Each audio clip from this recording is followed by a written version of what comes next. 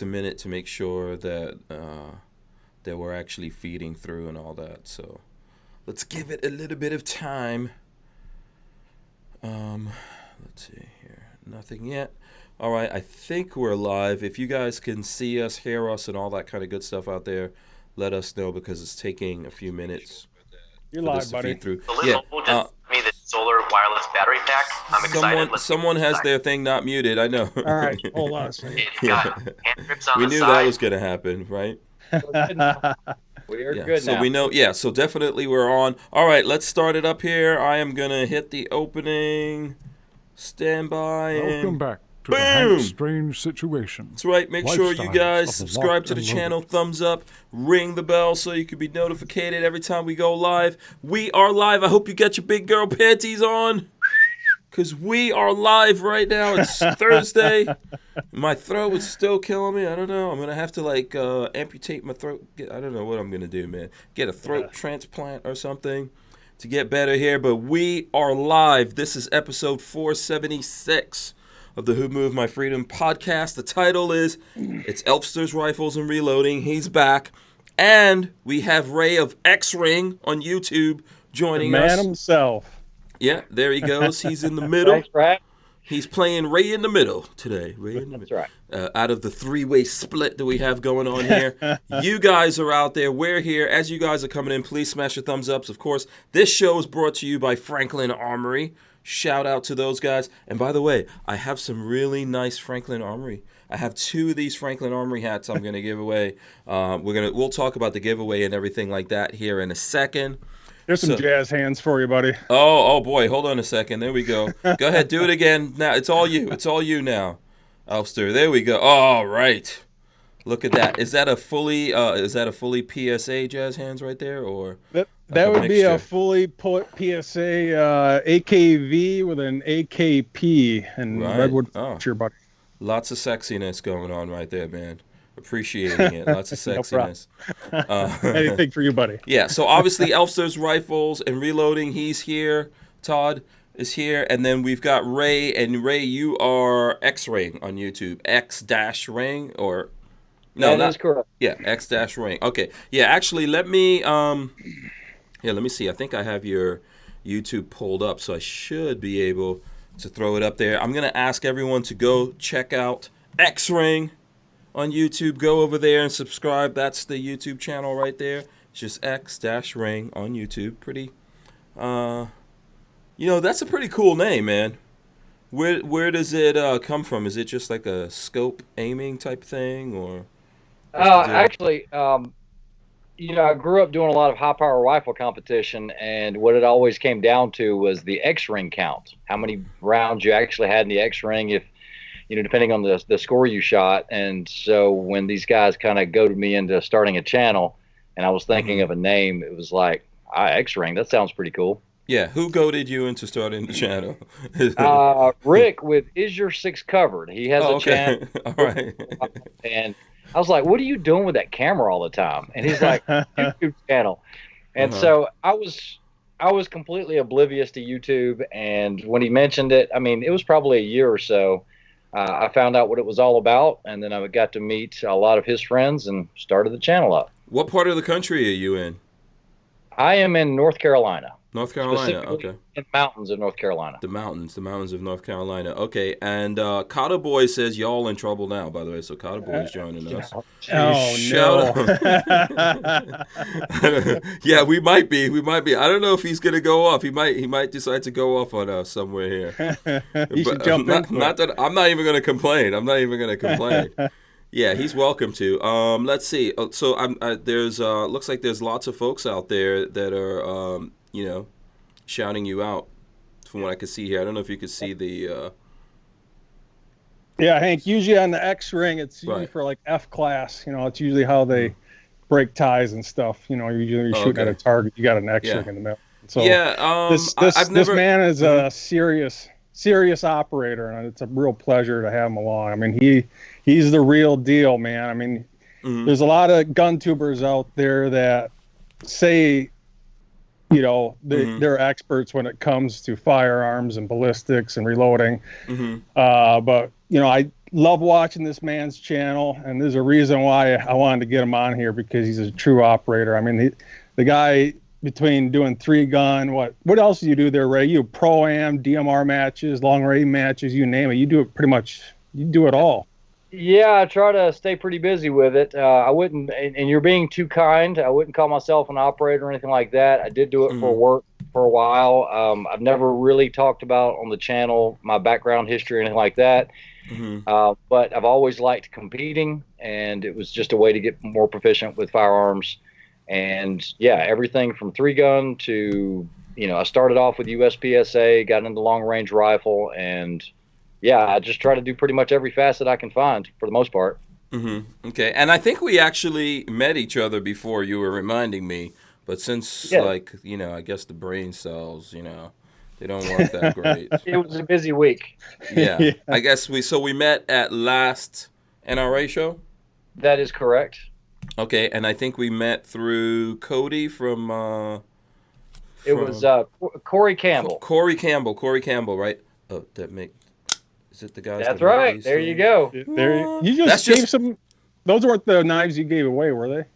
I did give out some knives, but I gave out SOCOM Elites. I think it was my 15,000 subscriber giveaway, and it was something similar to this one. This is a SOCOM Elite that I've carried for 19 years. Oh, cool. Very cool.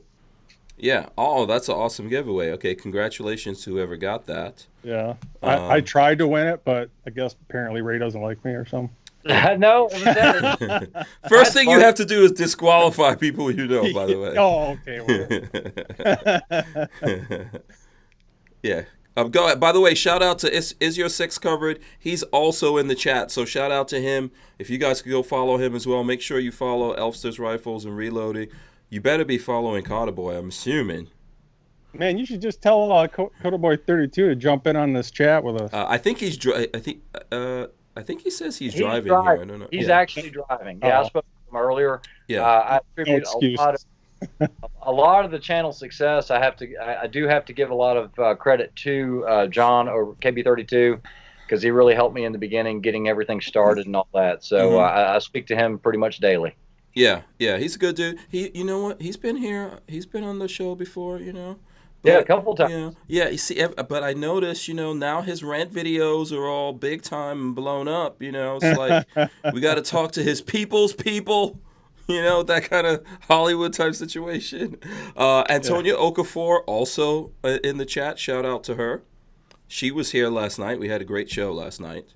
So I guess we didn't misbehave ourselves too much, because she's joining us in the chat, so shout out to her. She's newly the director of outreach. I'm probably going to mess this up completely, for GOA, by the way.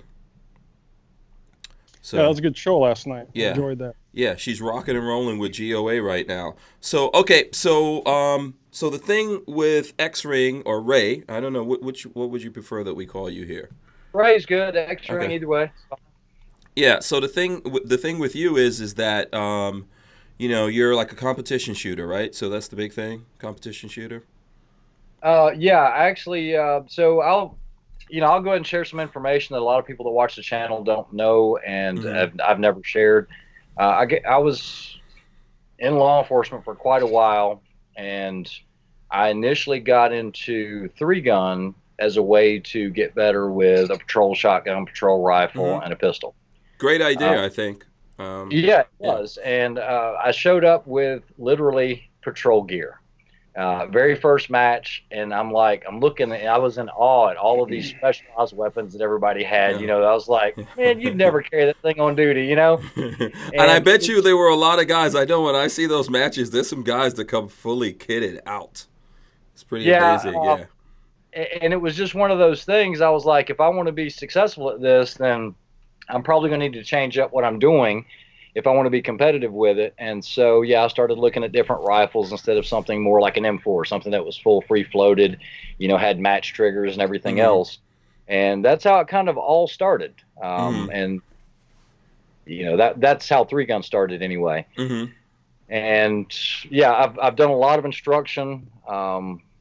Unfortunately last year, or fortunately for me last year, they had the Three Gun Nation Nationals, and I won the factory division. I was national champion for that. Oh, But it nice. took a year to get to that level. Mm-hmm. And it was a learning process along the way. So when I did the channel, it was a way to share information. If everybody watches the channel, they know I'm always trying to give advice. It's not trying to be a know-it-all about something. It's just keeping people from making the mistakes that I've made, buying this or buying that and realizing it's not the right way. Yeah, I think that's a good thing. You know what? I've found that, and I don't know, Elfster, you can feel free to chime in here on this, but I found that a lot of people looking at YouTube, they want different opinions. So they want to know what I think versus what you think, Ray, or what Elfster thinks, what Cowboy thinks, Antonio. Oh, yeah. Like anyone who's doing this, they want to know what Mac thinks. And then I think overall, in general, the folks out there are basically like collecting all this information, letting it go into the brain, and then like it filters out to there, like what sticks with them from you or this person or that person. And, well, I think everyone's somewhat of a master of their own domain, their own channel.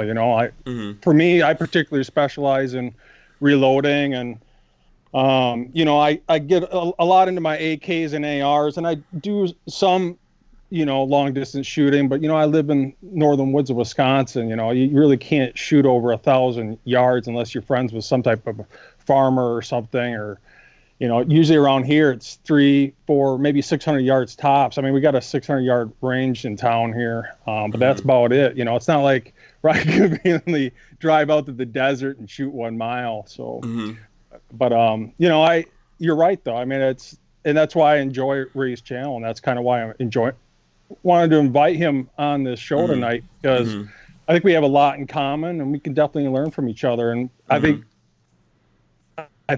We want to spread knowledge to the next generation, because that's really going to be the key when it comes to protecting our rights. And it's, I can try and tell somebody what is minute of angle or how to adjust your scope for taking a shot at 600 yards to someone that's 50 years old.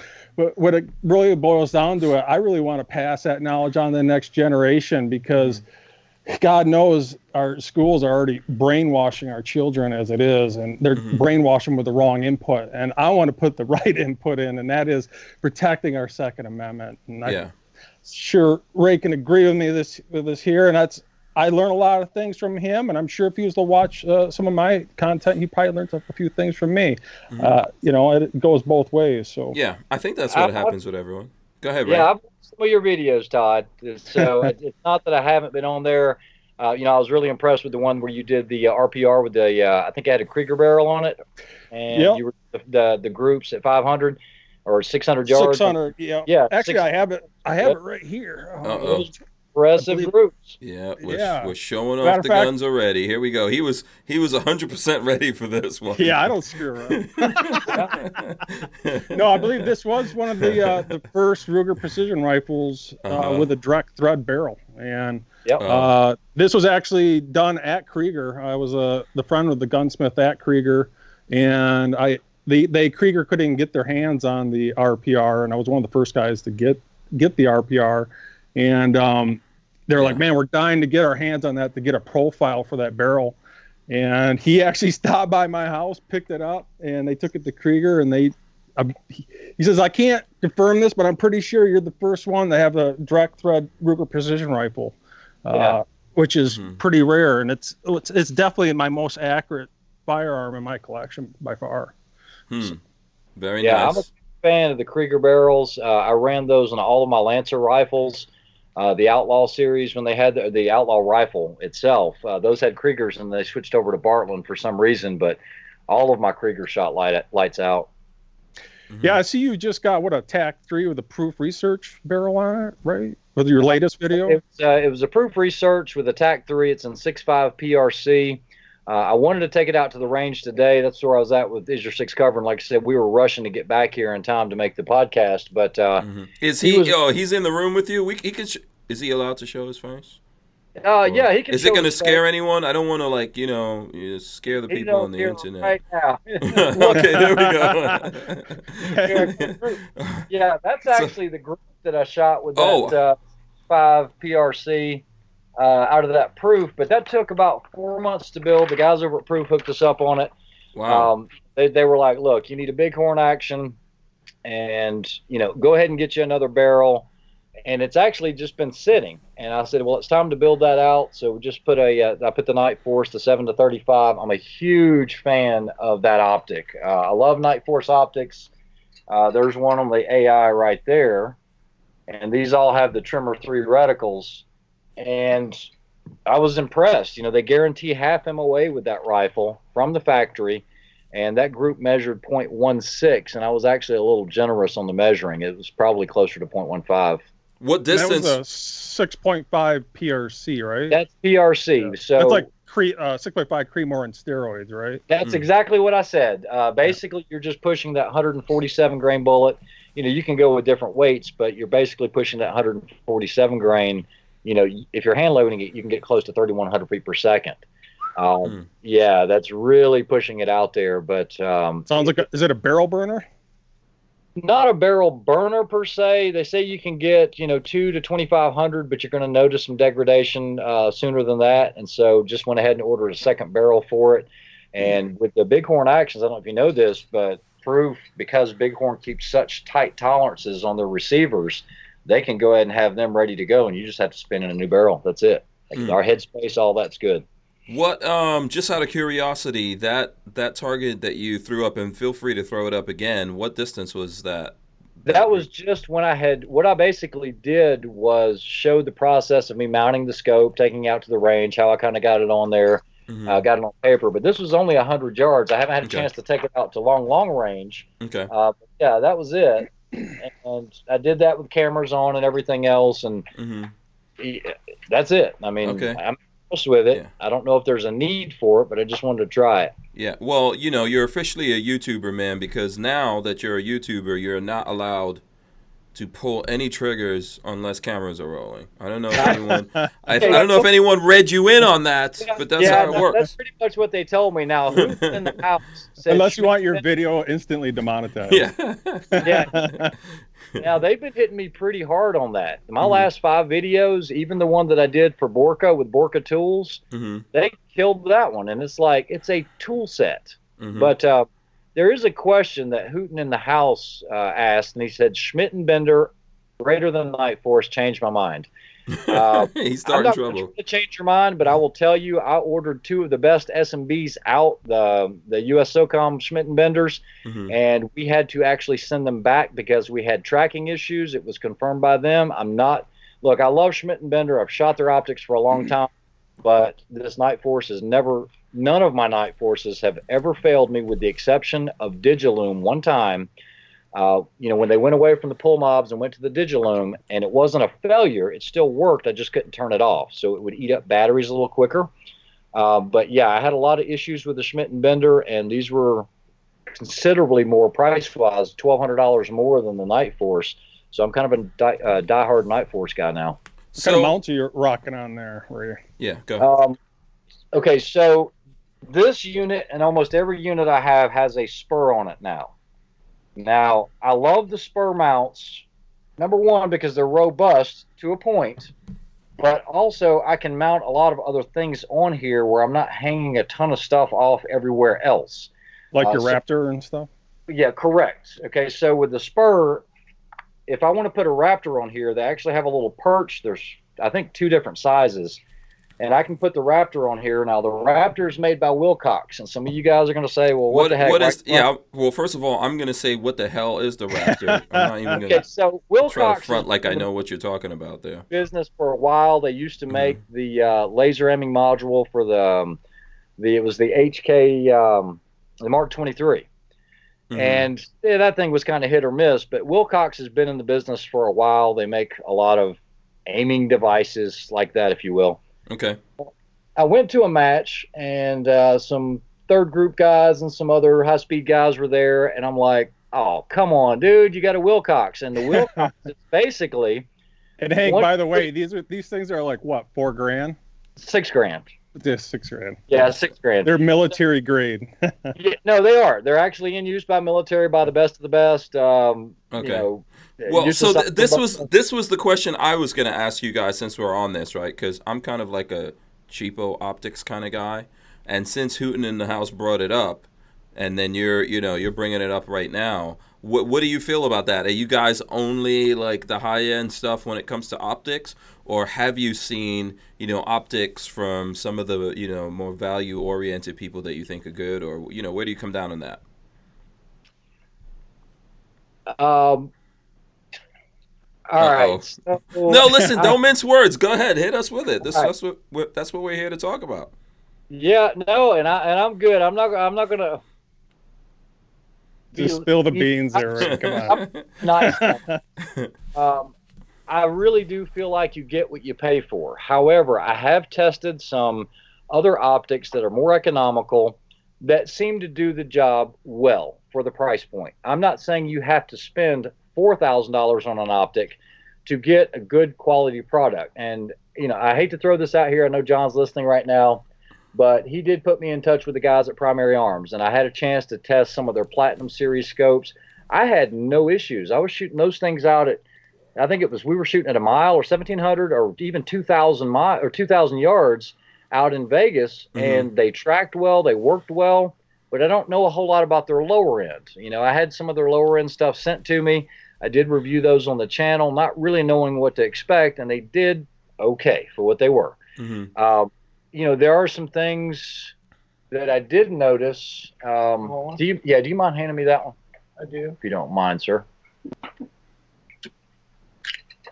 Let's see here. There's another one over here. Anyway, I had one of the Primary Arms, and one of the things that I noticed about it is when I moved the back here. Okay, so this is the ACSS. Okay. Primary Arms, I-56, and basically it's a 1-to-6 power. And honestly, for the money, it seemed to work pretty well. But when you start moving this piece back here, the whole reticle moves. It actually shifts up and down. So for somebody like me, when I see that, and I'm not going to make any bones about it. I mean, I had a Leupold. It was the Mark 8 series, a very, very expensive scope, and it did the exact same thing and had to go to Leupold. Every time you change the zoom ring, you could see the reticle shift about a mil off. So it's not so no reticle is supposed to function like that, right? I'm taking it. It depends. Okay. It depends on where it's at and how it's located. I'm sure Elfsters know this, but when you get into scope and internals and how they're built, where the glass is etched or not, or if it's got a wire reticle in it, all of that matters.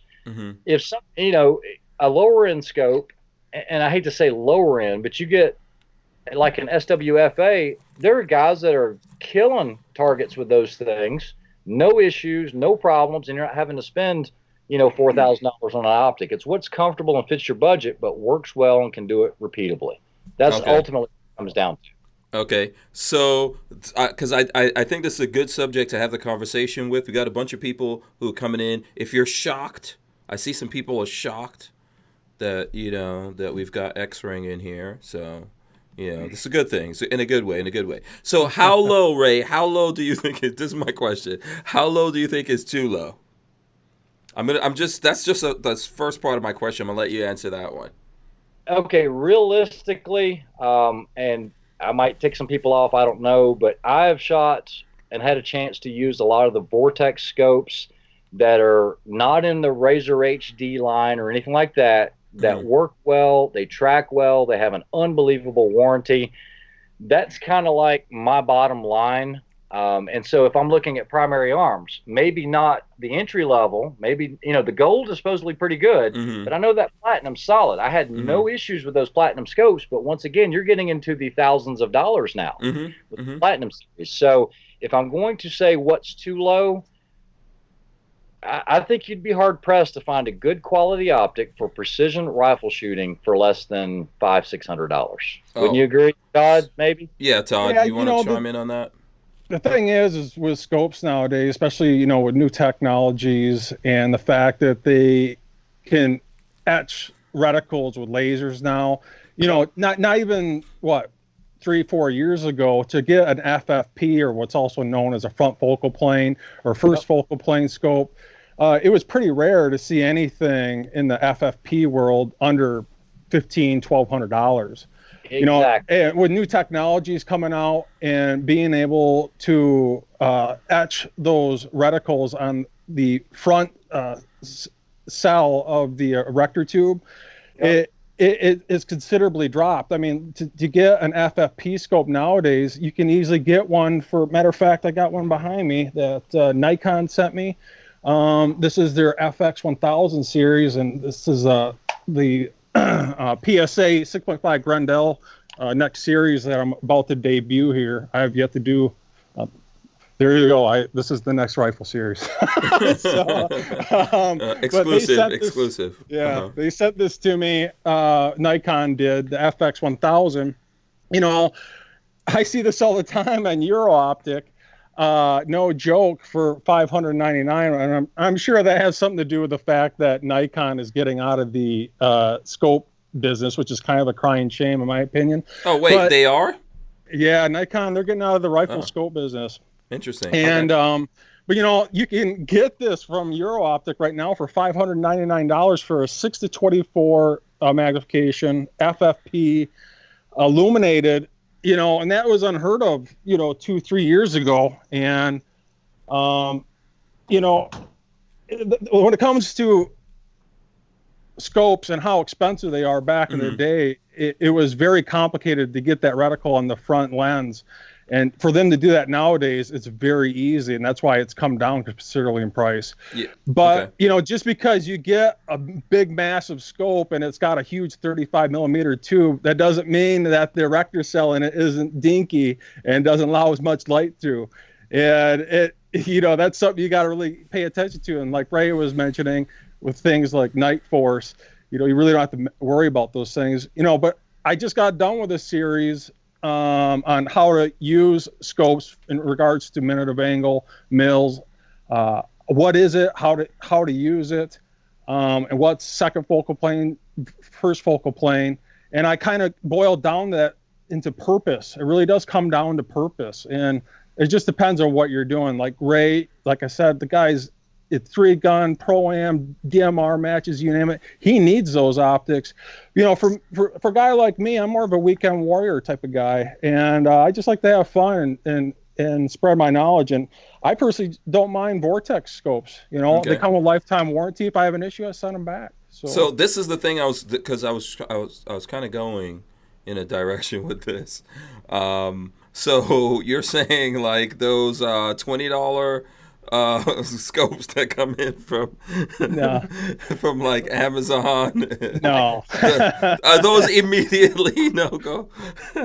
Okay, I can't even ask you that with a straight face. Hank, seriously, I still rock the old PST Gen 1 Vortex Viper scopes, and they work great. They but listen, there's some people, even Richard Hughes, and he's joking around a little bit too, I think, like me. I don't know, we could be wrong, but he says he won't pay over $100 for an optic.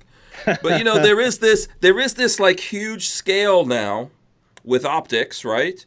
And I remember when I started doing this, 6 years ago, everyone told me, I see some people saying this in the chat, if you buy a rifle, your scope, I've heard everything from has to be at least like half the price of that rifle, or twice, or the price of it, or twice the price of it. So there was always that thing. Saying, Hank. Mm-hmm. The prices of scopes have considerably dropped just even in the last year. Mm-hmm. And to get a front focal plane scope with a 6-24 or 5-25 magnification, you can easily get those now for $600-$700. And for your average person, they're definitely going to fill the bill. Yeah. Well, I was just trying to say, because I remember, when I first started doing this, right, I would look at Nut and Fancy.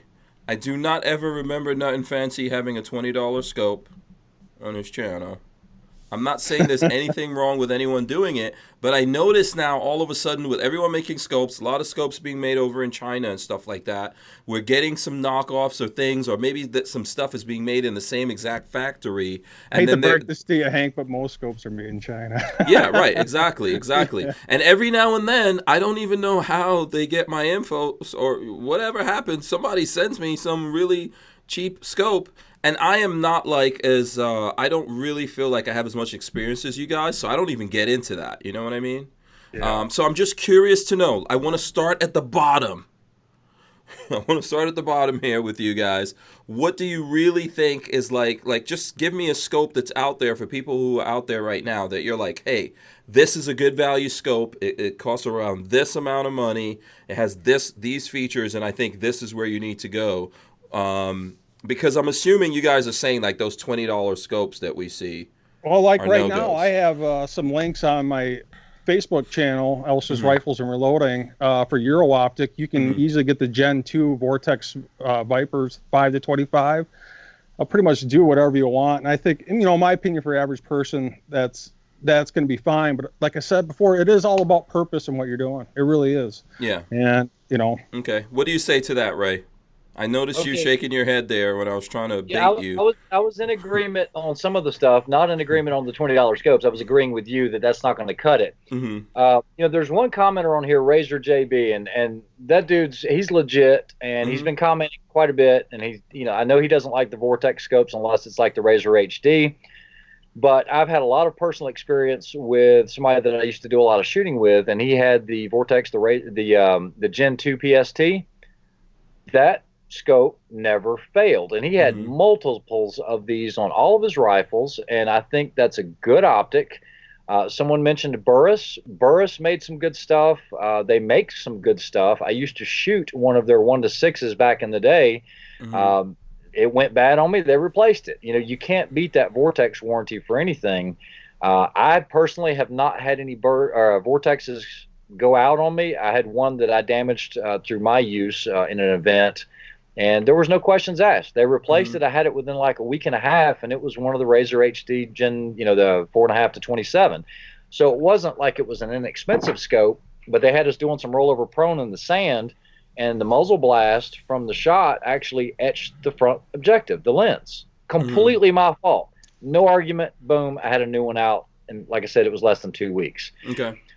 So to answer your question, I think the Vortex is a good line to consider. I believe what I've been reading, I have no personal experience with the gold line of the Primary Arms, but I know that there's some guys like Tibersaurus Rex and those guys, they're like, hey, some of the Primary Arms is good stuff. And you're right, a lot of the stuff is coming from the same factories in the Philippines, also in Japan and things like that. But it really depends, like you said, on what you're doing with it. So Razor JB's commenting, yeah, and just because it's built in the same facility doesn't mean they're the same. And he's exactly right. The QC is 100%. But when I was doing this for a living and doing it for work, and if let's say you're watching someone and you're looking through a high quality, let's say, you know, back in the day, I mean, when I first started this, there were the Leupold, the Ultras, the Mark IVs, Night Force wasn't even around yet.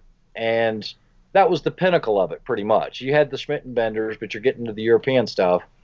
Yeah, Leupold, when I started, I mean, I didn't really start getting into this too long. It was like 6-7 years ago. Leupold was like the king of everything.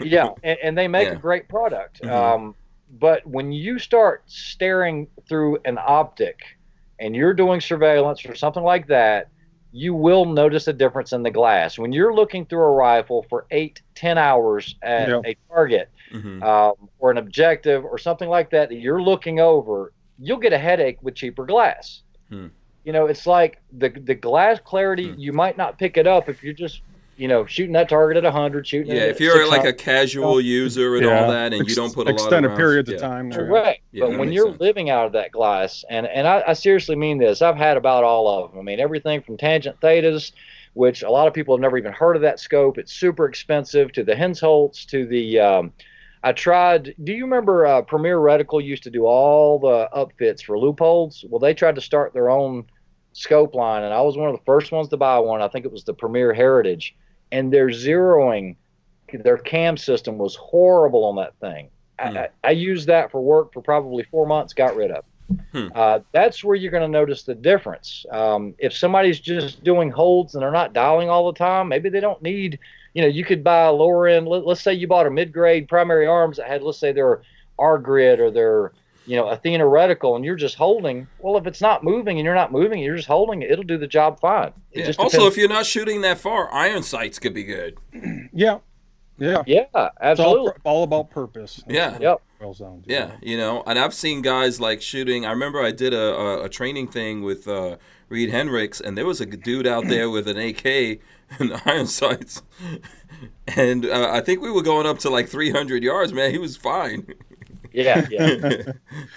So depends on how big your target is. Yeah. Somebody said $30 BSA Walmart special on my 1022. That would be Rick here with Is Your Six Covered. Oh, it's a 22. I think that's fine on a 22. Come on now. Oh no. He had an $1,100. What was the name of that thing? It was a Tactical Solutions 1022. Oh. This thing was fully kitted out. It was called the X-Ring model, and he had a PSA scope on it, and the thing was all over the place. And I was like, dude, you got to get those crappy optics. Once he did that, he was fine. But he learned the hard way. Yeah. As a weekend warrior, at least for myself, I try to get Vortex because everyone knows that it's got that transferable, no question asked warranty, and it's easier to sell, in my opinion. Mm-hmm. Yes. And if I'm sick of the scope, I know I can upgrade to the next generation, and I'm not gonna have as much issue selling that as something that doesn't have a lifetime transferable warranty. Yeah. So. And some other guys are commenting about Swarovski, which Swarovski and Collis, they're all together now. They make great optics. I shot a Swarovski 1-6 and a 1-8 for years in 3-gun. One of the best probably 3-gun optics ever. I think the most popular one is probably going to be the Razor, the HD, the 1-6. That's probably the most popular for serious 3-gun competitors. But that Swarovski 1-6, the 1-8, I think kind of missed the mark a little bit, but that's a hard optic to beat. But I love their glass. I mean, it's great stuff, but you're looking at $2,500. Yeah, and listen, in the time that I've been doing this, I have seen people test very high-end optics and they had problems. Yeah, and at the same time, I've seen some lower-end stuff do well under whatever circumstances people were using them in. I think ultimately it comes down to you, but I do believe that there's some kind of sweet spot in there where you get what you pay for, and you probably want to go a little bit higher end. And then even before I move on to the higher end stuff, the one thing I did learn for sure, do not get cheap mounts. I learned that one. Yeah. That one. Yeah. Absolutely. I've been kind of drifting away from the QD mounts. It's nothing wrong with the QD mount, but I personally would just recommend getting some more fixed. I just feel like I get better, I have less issues with it. I mean, I do have a Bovero quick QD mount that I use, but I don't know. It takes 2 seconds of the torque wrench to take it on and off, and that's at least what I do. So yeah exactly. Yeah. So, okay. It's by my side all the time. I'm actually glad to hear you say that, because anybody that's done any long range shooting with me for all these years I've been doing it, they're like, dude, you don't run anything QD. No, I don't. I never have. I mean, even on 3-gun, all the mounts that I've always used have been the JP mounts. It's got, 5 screws on the side. I don't want it to move. We're throwing these things. We're not being gentle to these very expensive rifles, because ultimately it's about speed, getting rid of it, getting into the next transition. And so I don't need that. Now, I did review one of the, help me remember here. It's the one that KB32 has. Kinetic Development. They had one, and I had 0 issues with it. I know a lot of agencies are using those kinetic development mounts on like Trijicon MROs. I've seen a lot of those in use. They hold their 0. You can take them off, put them back on. I am just not a personal fan of quick release mounts. Never have been, and I know there's some good companies out there that do them, but everything I have is fixed. Now, that being said, okay, so this spur mount, a lot of guys might say, well, that's $400 and something. I've broken 2. Okay. And, that's now that being said, the U.S. dealer for that handles all the returns and everything is Mile High Shooting out of California, or out of Colorado. Super, super good guys. And I'm going to show you something really quick while I cover something else up. But right here on this bar, this one-piece bar right here, what happened is it fractures here back. And that happened when I was shooting a match out in Wyoming. And that's it. Rifle, it wasn't holding 0. It was done. Since then, I've actually machined some out of titanium. so that I don't have to worry about them breaking. Those are aluminum. That's something I thought about taking to market or possibly offering, but it might have just been a bad batch of plates. And, some people might say, well, you torqued them too hard. No, I use only the best torque equipment. It was done exactly the way it was supposed to be. And 2 of them broke in the exact same spot. It kind of tells me it was just something from the factory. Yeah, and you got to keep in mind here, Hank, this guy here, I mean, this guy's doing long range matches in New Mexico, and he's humping gear in his rifle pack from field course to field course, and it's hitting rocks. It's rolling in the dirt. That's the thing. It really comes down to like how much are you using it? Does your gear stay at your house and very gently get taken out, which like a lot of my stuff, very nicely, gingerly goes out somewhere to the, or are you a guy actually using this stuff every day and it's kind of getting tossed around and bumping into things? Yeah. It's a tool. Yeah. See, Razor JB, and like I said, he's legit, guys. In multiple deployments and training for 2 decades, I've never needed to remove a scope by quick disconnect or any means for that matter. There you go. About the only reason, and this would be worst case scenario, is you've got, let's say, a low power variable optic, and you've got irons on there as just in case as a backup, and your scope breaks in half. That would be the only reason you need to take it off quickly. I'm going to argue with Razor JB there. What if I want to take my scope off and put it on my rocket launcher? Because, I want to jump out of the helicopter and shoot my rocket launcher at the same time. I might want to use a quick, I hear that argument all the time. They're like, I want to take it off this rifle and put it on the next rifle. I'm like, what are you going to re-zero it every time you take it off and put it back on? I mean, it's ridiculous. So Well, see, the range just commented on that. He says he has quick disconnect so I can move the scopes from one rifle to the next. And I see why people would do that, but it's not that hard to remove 2 half-inch nuts on the side and just put it on the next one because you're going to have to re-zero it anyway. Yeah. So it's like the little bit of time. I mean, maybe if you're out in the field, but I always have a toolkit with me. And, I'm not trying to sell these, but guys, if you're in a precision rifle, what is the kit? This is the Borka. The torque driver. Oh, okay. Yeah, this right here is an inch-pounds torque wrench. So can we see what's in there, or? Yeah, absolutely. Yeah. So Boris Tepper is the owner and inventor of Borka Tools. He invented it in 2009. He's a PhD. The guy is very, very, very knowledgeable. So inside of this, there's only 2 of us that have done this video review for this is the new 2020 kit. I'll hold it up in just a second. So John McQuay with 8541 Tactical has a combo kit that's available called it's the BKM JM, and that would be the John McQuay kit. This one is going to be available, and his available in January, and this is going to be the BKM RH kit, and I'm going to leave my last name out of it, but that's what the R stands for, is Ray, and my last name starts with an H. So this has an inch-pounds torque wrench that is variable from 10 inch-pounds all the way to 70. Okay. And the difference between my kit and John McQuay's kit is mine is set up for someone that uses Night Force products. So it has 4 inch-pound precision torque limiters, 100 inch-pound precision torque limiters. And guys, these are calibrated, they're certified. And so if you're a guy that shoots a Night Force, it even has an Accuracy International barrel wrench to tighten the barrel, remove the barrel if you need to. So this kit's kind of tailored for somebody that's into precision rifle shooting that uses Night Force products and AIs. Now, can you use it on Remingtons and everything else? Of course you can. But like, let's say, for example, the cap screws. So the zero stop and the cap screws for a Night Force, these are 4 inch-pounds. You don't want to strip those, but it's important that you get it at 4 inch-pounds. Vortex, like the Razor HD, I think they run 8 inch-pounds.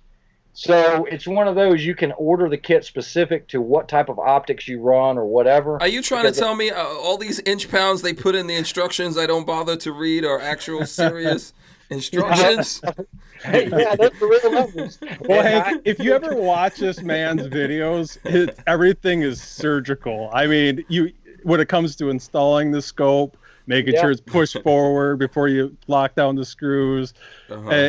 Everything from his rifle to just putting on the muzzle device is surgical to him taking a shot. And I've always said this too. Everything's about consistency, and it's Correct. whether it's running the ram on your press and you're setting the headspace, that has to be consistent. It's when your cheek well, when it hits that comb, needs to be consistent. Yeah, true. Your eye box, everything, your breathing, your trigger pull, everything boils down to that one word, and it's consistency. To be deliberate is really important. I know we're joking around about it. Razor JB says I should already have one of these toolkits on my rocket launcher.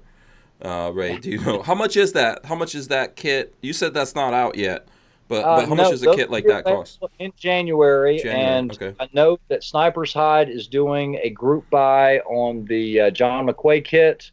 And then I'll probably be doing a group buy on this as well. MSRP on this kit, and you really can't buy it from anyone else but Borka with Shooter's Tools. And guys, these have been all over the world. I have one of the original kits from 2010, and I can tell you every single sniper that worked with me on my team used that kit. They were always literally, hey, you got the Borka kit with you? And we were always just going through and checking, make sure everything was good. And that's how I got introduced to it. I didn't know Boris. And then Boris reached out to me about a month ago and said, look, I want to do a kit, and we'll just kind of name it after you. And we will do it with the Night Force kind of specific kit. So when we do the group buy, I think it'll give you about 17% off. And so you're going to be looking somewhere about the 260, 280 range, depending on how you outfit it. There's a whole lot more to this kit than what I showed you. It has everything from emergency cleaning rods, and Pro Shop makes those for him. It's really well thought out. But anyway, any of the instructional videos, I actually shot those for Boris. And then Sniper's Hide, if you go and look up John McQuay, he's got a really good review of the kit up close. Okay. Are you a member on Sniper's Hide there, Ray? I am. I don't post much at all. Do you shoot with Frank then, or? Nope, I do not. I've met him. Somebody mentioned something here. I just wanted to address it. Someone said something, I guess I just need to throw my Wheeler fat wrench away or something like that. What you have to understand is, can you reach in that second drawer right there?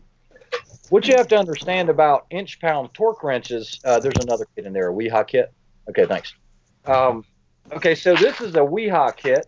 A lot of people have never even heard of Weehaw, but this is actually... Listen, I mean, you remember, first of all, you're talking to me. I literally use whatever happens to be around at the moment. This is what I use, and it's perfectly fine. Okay, so that's the Wheeler, right? Yeah.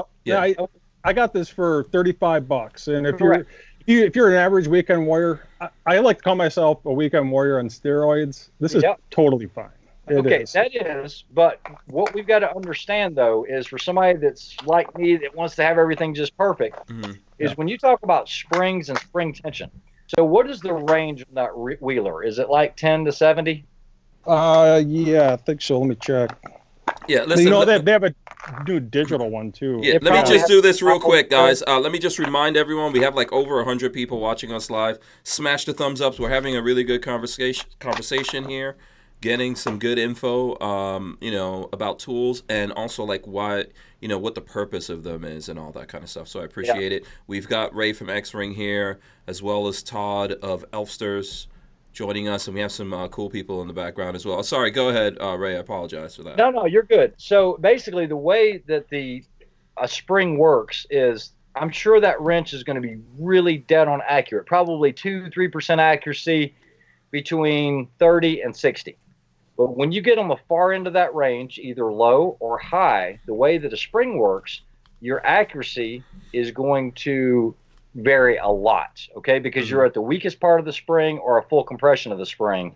So now you're not going to be at 2%, I promise. It's going to be way off.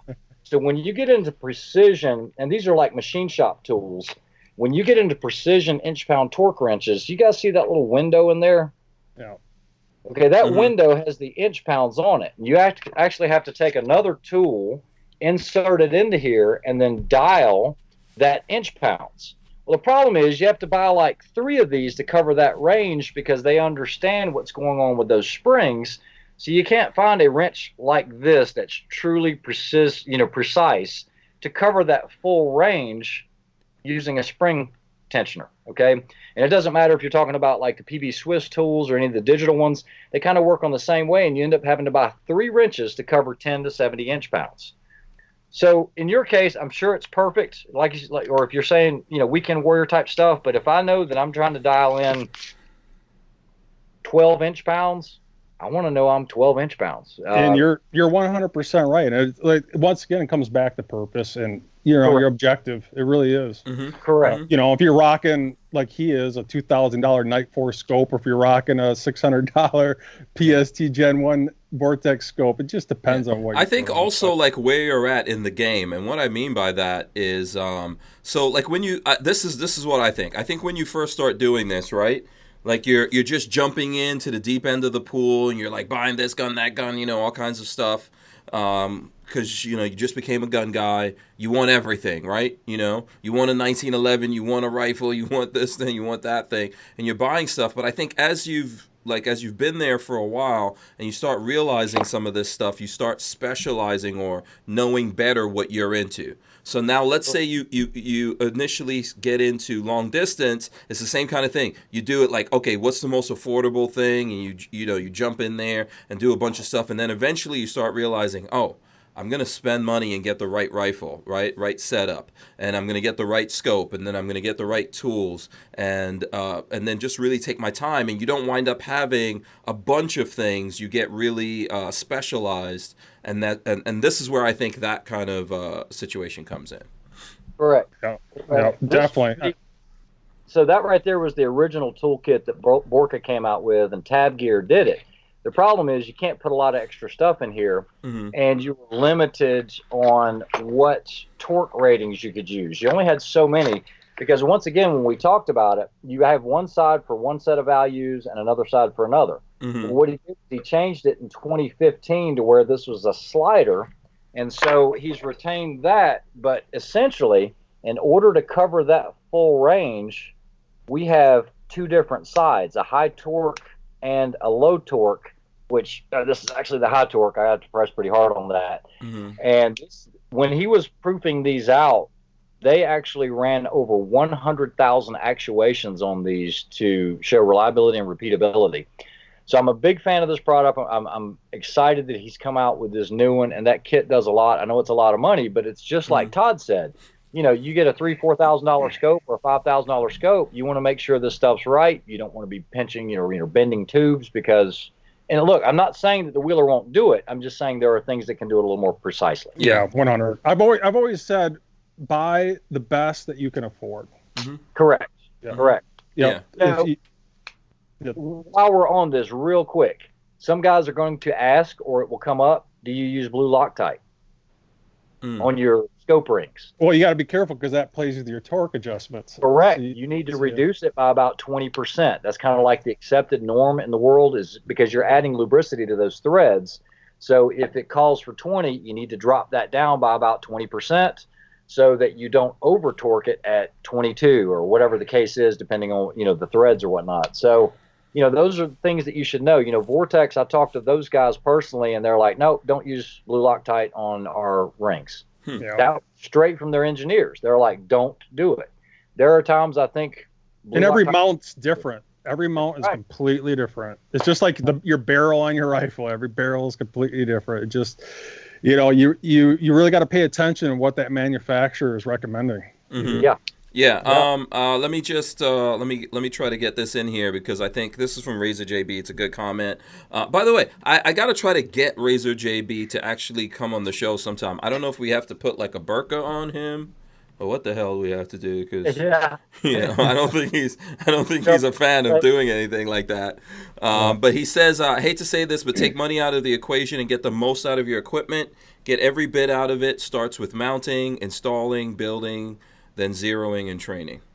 Yeah, it's very true. But like I said, not everyone can afford, a $2,000 scope. It's just realistic, and it kills me every time I jump on these forums and they always bring out the pores, I'm not a fan. That drives me nuts when people say stuff like that. So I get it. Some people, they can't afford a $2,000 Night Force scope. And it's just buy the best that you can afford, and Absolutely. just go out and exercise your Second Amendment right. Yeah, get out, like start getting the experience. You know, get the best And gun, get the those best whatever. kids and that next generation out there with you. Amen. Absolutely. Amen. So, okay, I'm just going to, this is actually a pretty good topic, but I don't want us to, like, because we were already close to 8, but we should probably switch over to something else. Plus, we're going to give away stuff. So, I think we're going to have a really good conversation here. I don't want to spend a whole bunch of time giving anything away. Elfster, I know you've got something, and then I've got some stuff I'm going to give away. So, what do you got? So I'm a huge fan of American-made products. I had Grove Tech. They sent me this single-point bungee sling. I'm a huge fan of American-made products. Like I know most of you guys that watch my channel, you know I'm a huge fan of PSA. I like their AKs and their ARs for your average weekend warrior. You know, guys that can only afford a $400, $600 firearm. That's great. You know, just like this with the Grove Tech. Made in the USA, and it's definitely an so awesome you're going to product. give that away. Now I know you said you have a new podcast channel. Tell me what it is. I will throw it up here as we're talking. Yeah, so if anyone's watching right now, if you're not familiar with my channel, it's Elfsters Rifles and Reloading. But I just started a whole new channel. It's called Elfsters Minute Americans, and that channel is going to be concentrating more on, eventually, once I build up the subscriber base, of doing pretty much what you're doing here, Hank, is a backup channel, B-side channel to my main channel. And so I just posted actually a couple videos on there of people fighting for their rights in Virginia. Okay. And God bless those guys. If you're out in Virginia right now, keep on pushing those sanctuary counties and keep on pushing back in regards to protecting your Second Amendment rights out there in Virginia, because you guys really are the forefront. I really believe you guys are ground zero here in regards to protecting not only your rights as Virginians, but I think that's going to be the starting point here in regards to protecting everybody's rights.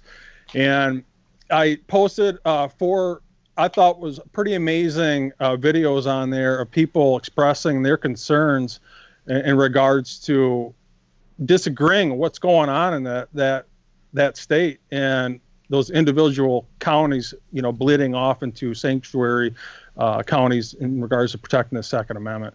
And that's kind of what that channel is more about. It's more the political side, where my Elfsters Rifles and Reloading, it's going to be more about, you know, gun reviews and teaching people how to reload and how to shoot a rifle long distance and how to use your scope and stuff like that. So. Okay, so here's what we're going to do. Since you've got this going, I'm going to do it this way. For everyone that's watching, so we can get back to the conversation, go to Elfsters Minute Americans, right? And the first video I see on there, let's see. Do you want to pick one of these videos that you want everyone to go and comment on? No, it's just starting. I literally just started it. And okay. So what could help me out the most is just to get the subscriber base up. Because when obviously if I do a live broadcast and I don't have enough subscribers, I'm just sitting there talking to myself. Yeah, so go in. So here's what I'm going to do. I'm going to tell everyone to go in and subscribe. I'm throwing it up on the screen real quick here so that everyone can see what I'm doing. And I am going to go to the video that looks like with the young lady speaking there.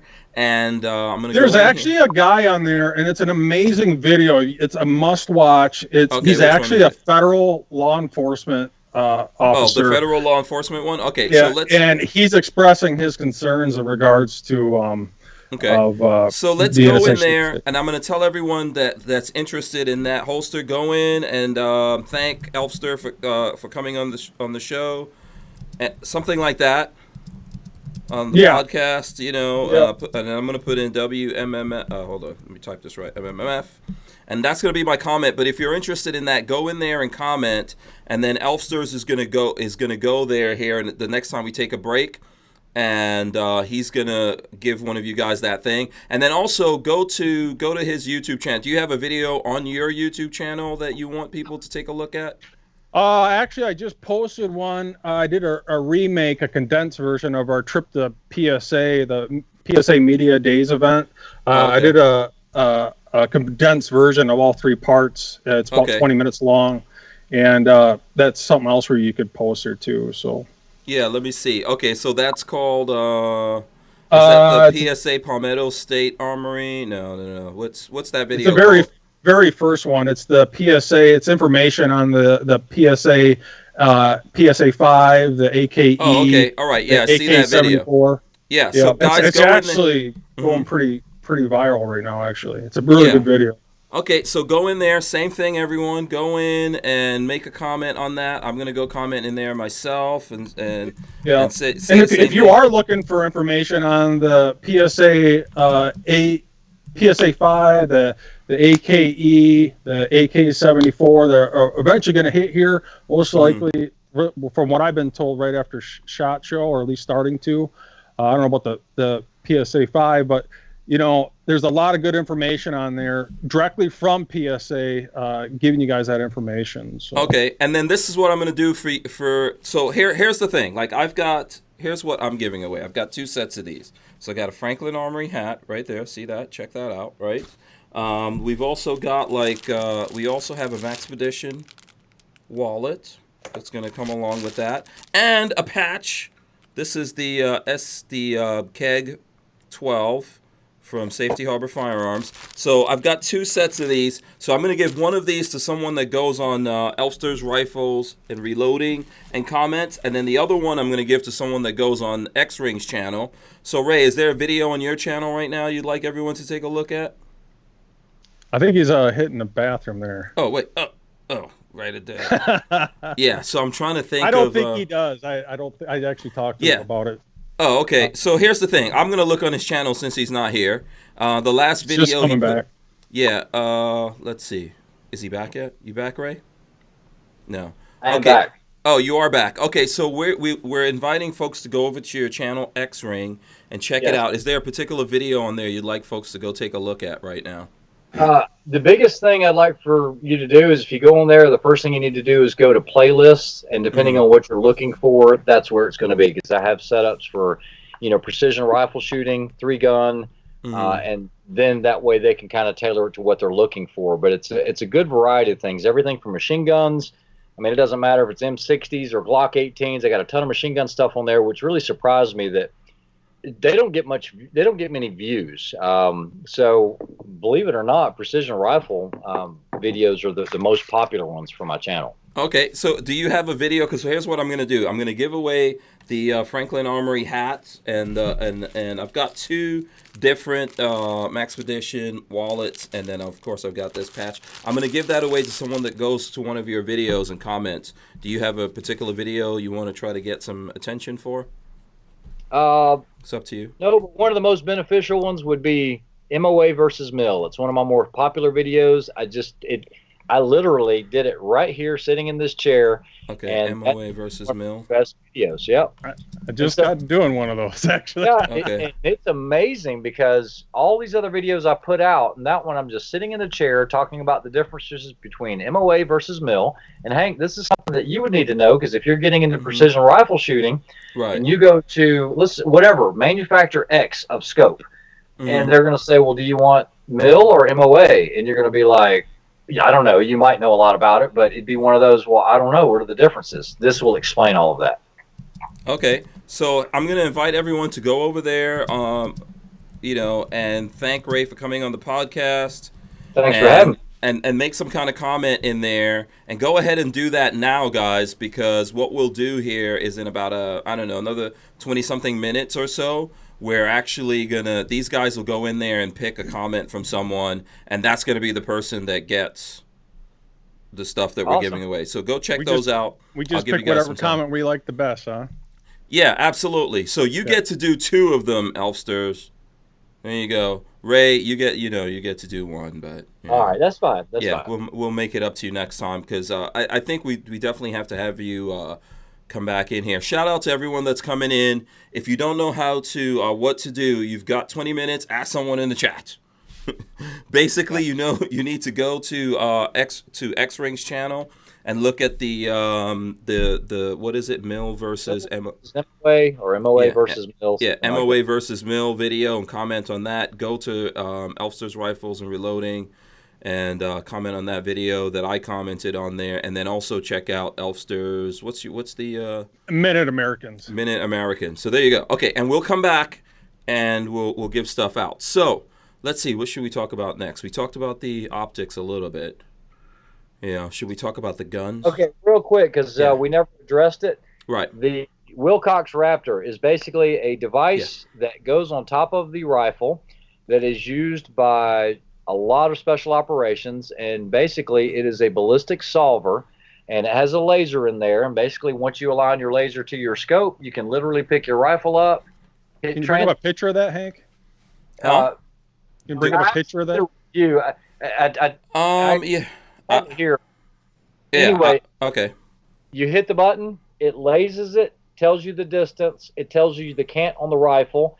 It has applied ballistics in it, and it will tell you the drop and what your hold is. It is like cheating, but when you go to these matches and you've got third group, fifth group, Delta guys, and you're competing against them, and they have Wilcoxes, you need to have one as well, because you cannot compete against that. It's just too much of a time saver. So that's what it is. And it's right on top of your scope, and I mean, it is instant. It tells you exactly what your mil adjustment needs to be, and I believe that syncs right up with your applied ballistic solution, right? It does. You can actually sync it in with your Kestrel, because what it's not going to be able to do is get you your wind estimates or your wind values, and so you can link it to your Kestrel. And so if you're taking a wind speed at your shooting location, you can get an idea along with other things that you see and evaluate, and it'll link right up. It's amazing, the technology. This is the biggest takeaway from tonight's thing, is that anyone want to get into long range, it is so easy to do with just apps on your phone now. There's a picture of that Wilcox Raptor right there, if you guys can see. Oh, okay. Tan looking device. But literally, like, just with Applied Ballistics app or Strelok app, you can have someone that's never shot before, and with their rifle, with a decent scope, as long as it'll hold, a minute or so, you can have them hitting target 700, 800, 900 yards without any issue, literally within a few minutes. So when you go out to your matches there, Ray, how many people, percentage-wise, would you say are using something like that, especially when they're about $6,000? Okay, they are very cost-prohibitive. Last year, Clinton House did, in 2018, they did the Snipers Unknown Challenge. And me and my shooting partner actually won that, shooting against guys that had all these Wilcoxes. And they're all military groups. There's very few civilians that are going to have the Wilcox Raptors. And I don't even know. Yeah, you can purchase them as a civilian. They make a civilian model that is not a military model. Basically, the laser is a little weaker on the IR because of FDA regulations. But, yeah, the military guys are going to have them. Any of your SF guys will have them. When I actually ran a match, a DMM last year, and I did not allow any laser rangefinders mounted on the weapons. If you wanted to use a handheld, fine, but I excluded that because you can't knock a team out because they don't spend $12,000 on two Wilcox Raptors. That's not fair. Yeah, and if you're just starting out too, and I've suggested this to people, especially if you have Apple products, and there's other ballistics solution programs that you can install on your phones. I personally use the Ballistics AE program. Yep. And it's only for Apple products. I kind of wish they had it for Android, but they do have other products for different phones, whether it's Android or Apple. But I have this one on mine. I don't know if you can make it out there, but it's a Ballistics AE program. And I don't know if you guys can make that out or not. But, yeah, it's not.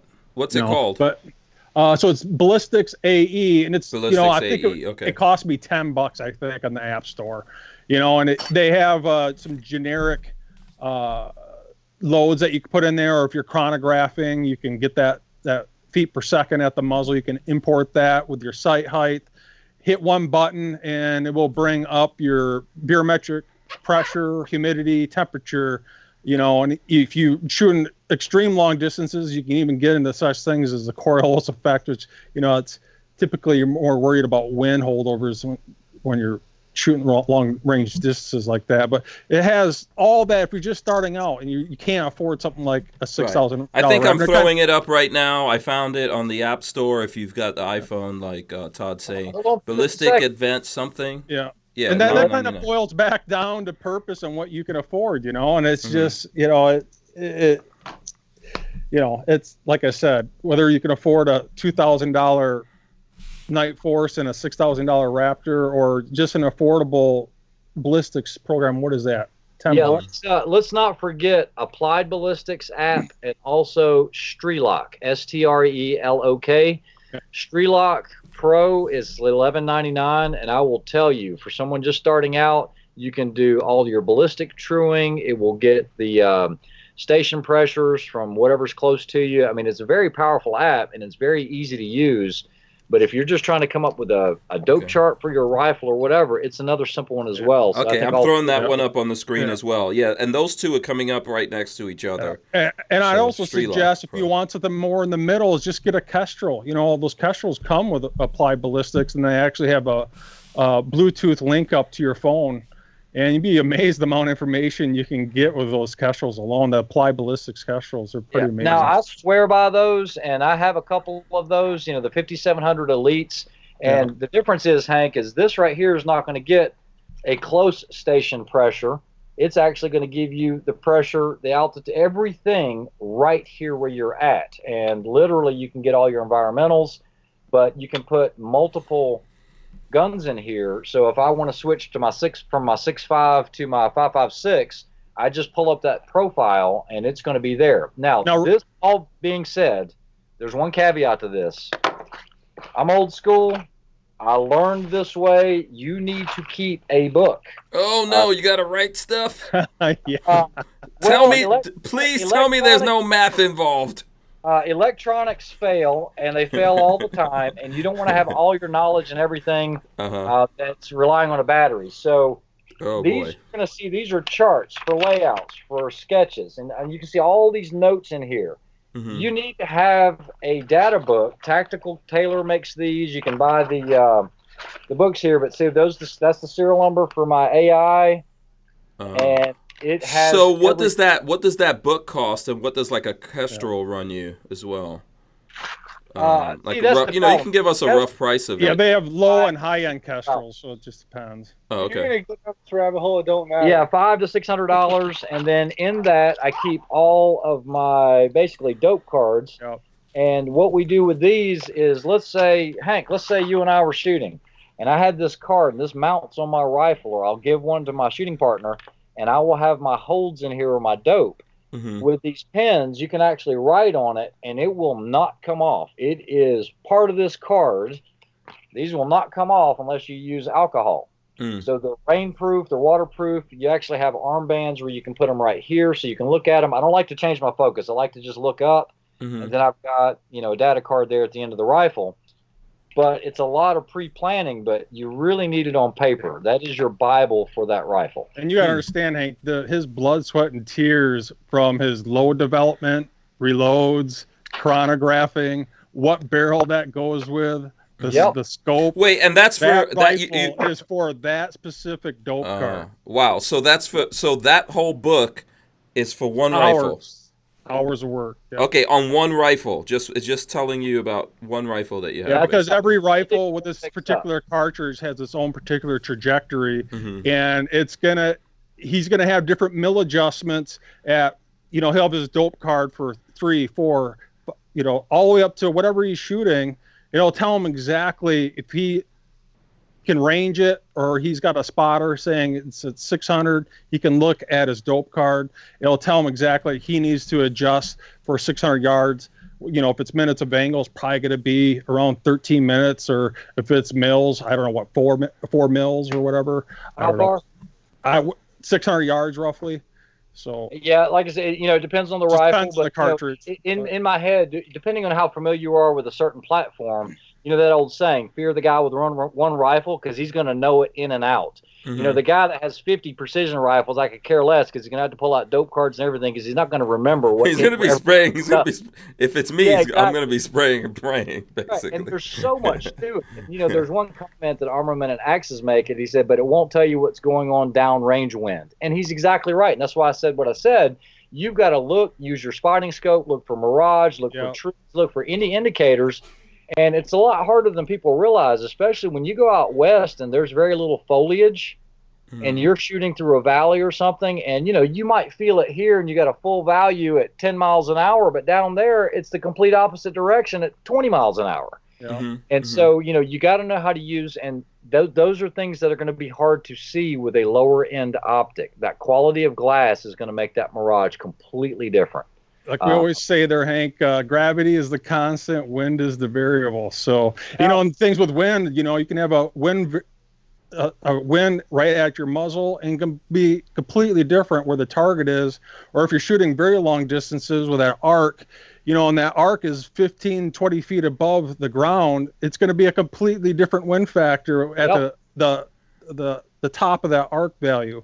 And there's so many variables that come into it. It's insane. But, you know, reading that wind, playing with your side focus, you know, adjusting in and out and looking at the Mirage, seeing how it's boiling off the ground, you can kind of get an idea what different wind holdovers you need to have, whether it's 300 yards or if it's 1,200 yards. You can have completely different wind cross patterns. Yeah, listen, for some people out there listening to all this, they might say, wow, this just sounds like, you know, a lot of stuff. It's a lot to absorb.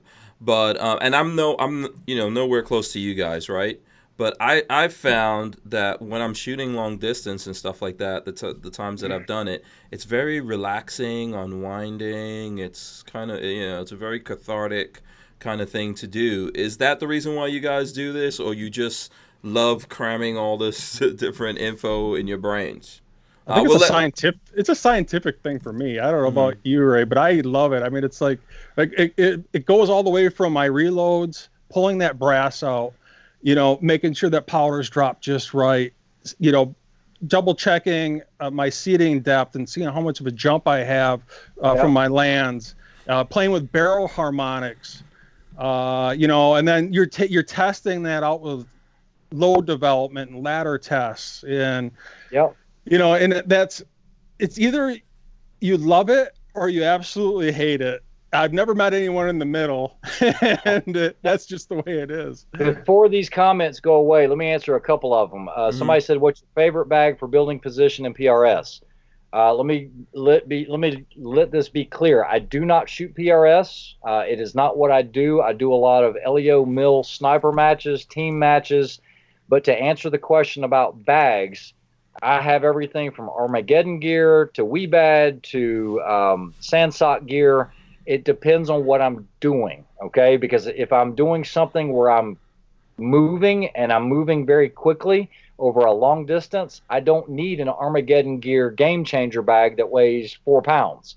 You know, I want to be as light and as mobile as I can, and I don't want to be running around with a 48-pound or 50-pound pack when I've got a freaking 20-pound rifle, you know? So it's all going to factor in. Now, thanks, Danny Young. I appreciate you watching. He commented on here.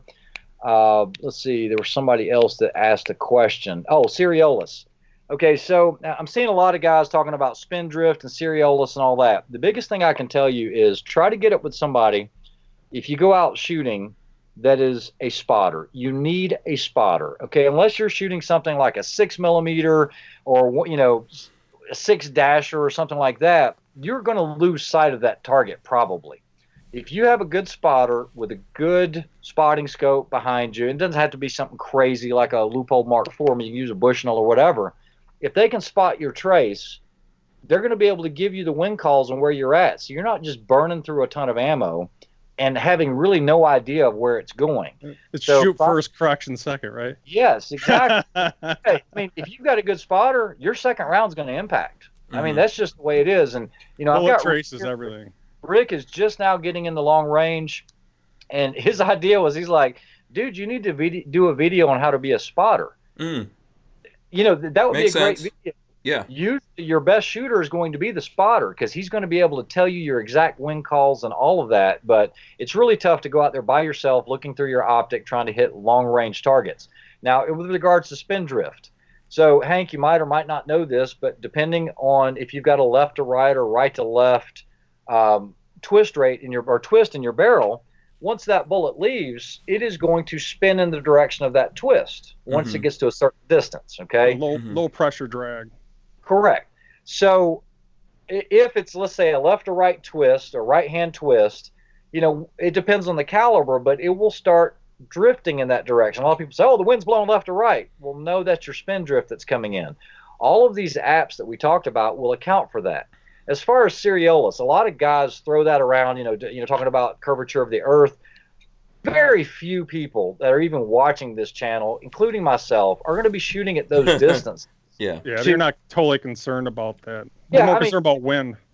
Yeah, exactly. Because if we're shooting, a mile or we're shooting 2,000 yards, yeah, it might come in just a little bit, but we're not doing these 2 mile king of the 2 mile or 3 mile shots. That's, I know his question was very specific, but it depends on what you're shooting. When you fire it here, the earth is turned just a little bit. It depends on where you're at in the earth too. The earth is spinning at 1,000 miles an hour. Yep. And to explain it to you better, Hank, in regards to the Schultz effect, is, the earth is spinning at 1,000 miles an hour, and you take that shot, and really this only boils down to if it's a super extreme ranges. And some of these guys nowadays are shooting up to 3 miles. They have this scope mount that is almost ridiculous. That cants the scope in regards to the bullet's path or trajectory. That it's really, when it comes to that, you really don't have to be concerned so much. You more got to be concerned about in regards to wind and wind holdovers. Yeah, like he was saying, it's more about your spotter and keeping an eye on that bullet trace and him making the correct calls for it. Yeah, absolutely. Right. And Dudabai says flat earthers do not adjust for Coriolis effect. So if you don't believe in it, then it won't affect you anyway. Yeah, David had a good question. He goes, how do you calculate at what range your rounds go transonic? We'll see, all of these apps will usually do that when you're doing the correction, and they'll usually go into the red zone, and that's when they're going from supersonic to transonic to subsonic, and they'll tell you. Now, you probably want a chronograph instead of just using the data values that are printed by Hornady or Federal or whoever, but that'll take care of that. And then Gun Doctor TV says he used to be a sharpshooter for his police department SRT, and they didn't shoot past 100 yards a whole bunch. And that is absolutely true. Most of your sniper engagements for law enforcement are well inside of 100 yards, usually somewhere around 70 yards or so. I think the average was like 72 yards. Go ahead, Todd. Oh, go ahead. I'm just trying to follow up on what you're trying to say in regards to going transonic. Yeah. So police snipers are completely different than military snipers. Police snipers are going to train really, really tight shots. I mean, literally 100 yards or qual course mostly. They've got to shoot and hold everything inside of 1 inch circle, or approximately a 1 inch circle. 1 MOA would be like 1.04 inches. But they're looking for something in that T box that's going to stop a hostage situation instantly, like turning a light switch off. Yeah, immediate lights out. They can't take the risk. Correct. I hear that same thing when it comes to even the SWAT team guys that are doing the more close-up stuff. And then we've had that conversation, and some people get mad about it, where like those guys are their stuff needs to be zeroed at like 10, 11, 12 yards, believe it or not, because they're so close up. The thing is most people don't understand is most sniper shots are less than 100 yards. Correct, and that's like 70-something yards. Now, like military, like if you know any guys or hang out with guys that were, Marine Corps Scout snipers, guys that have really been in country and have stacked people, they do not do headshots. They're not looking for T boxes. I mean, literally, it's just one center mass. That's it. That's all you're looking for. So, there's a huge difference. Now, in some of these matches, especially if they vet and they don't allow, police are civilians, but if they don't allow someone outside of the LEO or military community to compete in it, there are huge differences between the two types of snipers. Huge. Anything precision-oriented, usually the police snipers are going to clean house. Anything that has distance, unless that officer has taken it upon himself to get that long-distance training, they're going to get their clock cleaned. It's just the nature of the business. There's a huge disparity between the two. Yeah. Okay, very good point. Before we move on, I just want to make a point here, too, is, I always get this question, which should I get, minute of angle or Mills? And I don't know if Ray agrees with me here, but if you go to most of these matches, most of these guys are using mill-based scopes. And what would you say? 80, 90% of these people at these matches are, especially with someone spotting, and they're be calling these out in mill adjustments. Yep. And, you know, everyone's kind of afraid to get a mill-based scope with a mill-based reticle. And once you truly understand the method to the madness between a minute of angle, for example, has a 1/4 minute of adjustments, or a mill base that has 1/10 adjustments, there really is no difference between the two. It's just a different way of looking at it. Correct. Yeah, and you're just making angular adjustments at the turret that transposes to different measurements at range. That's Okay. But if you are about to make that scope purchase, I personally keep a collection of both minute of angle and mill-based scopes to keep me fresh on both of them. But more times than not, and I'm sure Ray has seen this out at these matches, you're mostly going to see mill-based scopes. But now if you go to an F-class series, you know, those guys are mostly rocking second focal plane, a minute of angle, fine reticles. They're usually a max magnification. It's just, once again, it all boils down to purpose. You keep on coming back to that word, purpose and consistency. Yeah, I would agree with you if you're getting started in it, because it took me about 2 years to transition my MOA stuff to where I only have mills now. I'm very accomplished in both methods. And you've got to know the formulas. They're all different for both methods. You know, if you're trying to do wind formulas, one is going to solve for MOA, the other one's going to solve for mills. If you're going to do range estimation, you got to use different constants. And I go into this in the mill versus MOA and some other ones. But pick one and stick with it. And if I had to just tell, let's say I told Rick today, you know, he's getting ready to get into it. Matter of fact, I'll tell you the truth. He just bought two. And You can't handle the truth. They are mill, and it makes sense now. But a lot of people will stay away from it, saying, "Well, we don't use the metric system here." Forget all of that. That Just has go nothing to do mill. with the metric It's system. easier, and more of the people are going to speak the same language. Yeah, and I actually literally just got done doing this. I don't know if I can even get this in the picture, but I just got doing a video series on how to use a minute of angle or a mill-based. Man, you made charts.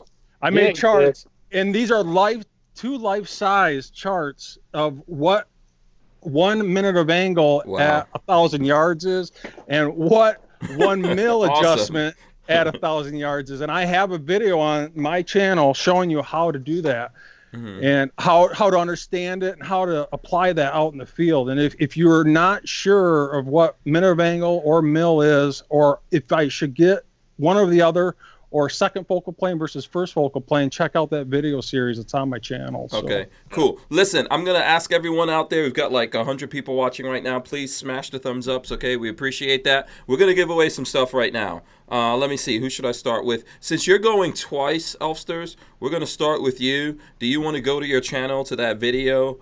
I know someone was asking me to like put out all the... I did throw up the links in the chat. But you know, I mean, I'm kind of like a one-man show here right now, so it's a little difficult. But you guys have 3 chances here tonight of winning. I'm not picking anyone, so there's no favoritism or anything like that going on. Okay. All right, so I'm going to, rather than going back and forth, I'm just going to pick one right now. So I'm going to pick Elfsters Rifles and Reloading, and I'm going to go right to that PSA. If I can find it here. Just give me a second. Yeah, Sorry. Sure. Hopefully you guys have gone in there and gotten your comments and stuff like that in. You probably just have to go to like the latest comments or something, the newest first. That's what I'm going to do. And I'm going to throw that up on the screen for anyone who wants to see it. See, he's going in here. There's several people who went in and figured it out, and they put in comments. Thanks to everyone who did that. And by the way, Elfster, this is going to be for the... This is going to be for the first hat here, and this has like the green Maxpedition. Oh, no, not that. You'll give that away last. You'll give Is he even? Are you listening to me, Tom? Yeah, I'm trying to find someone. I'm waiting. Yeah, put your thing down. We're giving away the hat and the hat and the wallet and the patch right now. We're giving this one, the green one, away. So go ahead and pick someone in there, and that'll be the person. All right. Do you want me to go right now? Yep.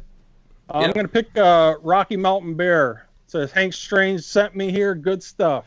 Awesome. Okay, congratulations, Rocky Mountain Bear. You get the hat, You need to get in touch with us, so Lola, you know, so that Lola can get that sent out to you. Congratulations on that. I'm just making a comment in there on it here real quick. All right, congratulations to Rocky Mountain Bear on that. Right. There you go. All right, and then let's see. Are you ready to do one, Ray? We'll go into your video. Yes, sir. And I want to tell everyone I really appreciate you guys commenting on the video. But because this is the first time I've ever been on your show, Hank, I'm going to go with Captain Shark that said, "Great to see you on Hank's show," because I really appreciate you guys having me on. Thanks, Todd, for recommending it. This is the first podcast I've ever done. Ever. Awesome. Yeah. So this is a new experience for me. And well, I'm glad you came on, buddy. Yeah, I'm honored, man, that I'm the first podcast. There you go. And there's lots of folks out here that are huge, huge fans, and they're very happy. So who was it that you went with? Captain Shark, SCHARK. Captain Shark. Okay, I think we gave away something to Captain Shark, but okay. I think he got something. So I don't want to come down too hard on Captain Shark there, to be honest with you. But we gave him something, I think, this week already. So I think it'll be a little bit better if we gave it to someone who didn't win anything. So, okay, then how about... apologies to Captain Shark. This one's just a funny one. Ray likes Mill, then I like Mill. We'll just go Rocky Mountain Bear. Huh? No, you can't choose Rocky Mountain Bear. Todd just chose him. Oh, jeez. Okay, you know what? I'm going to play interesting. Okay, you know what? Just, yeah, exactly. All right, here we go. Now that the boss is here. This is funny. Yeah. All right, Richard Raznick. There you go. Okay, Richard Raznick. Okay, awesome. Congratulations to Richard Raznick. You the man. All right. Yeah, listen, I'm trying to make sure we spread this out here to folks that haven't gotten anything, because I don't know if you guys are aware of this, but what we're doing every day that we're on in December, we're trying to give away something to these great folks who come in here and have so much interaction and all that. People always tell me that we have like a high level of interaction. Hank socialism right here. Yeah, exactly. That's the reason why. That's the reason why I do this show, so I can actually connect with people. I try to bring cool dudes like you guys in, and I try to like answer questions and just really interacting and give people a voice. So what we're trying to do here is thank all those folks who do come in here and interact with us. So, congratulations, you guys. So congratulations to him. Once again, sorry to Captain Sharky, but you already won something cool. So I think he won like a holster from Andrew's Custom Leather or something.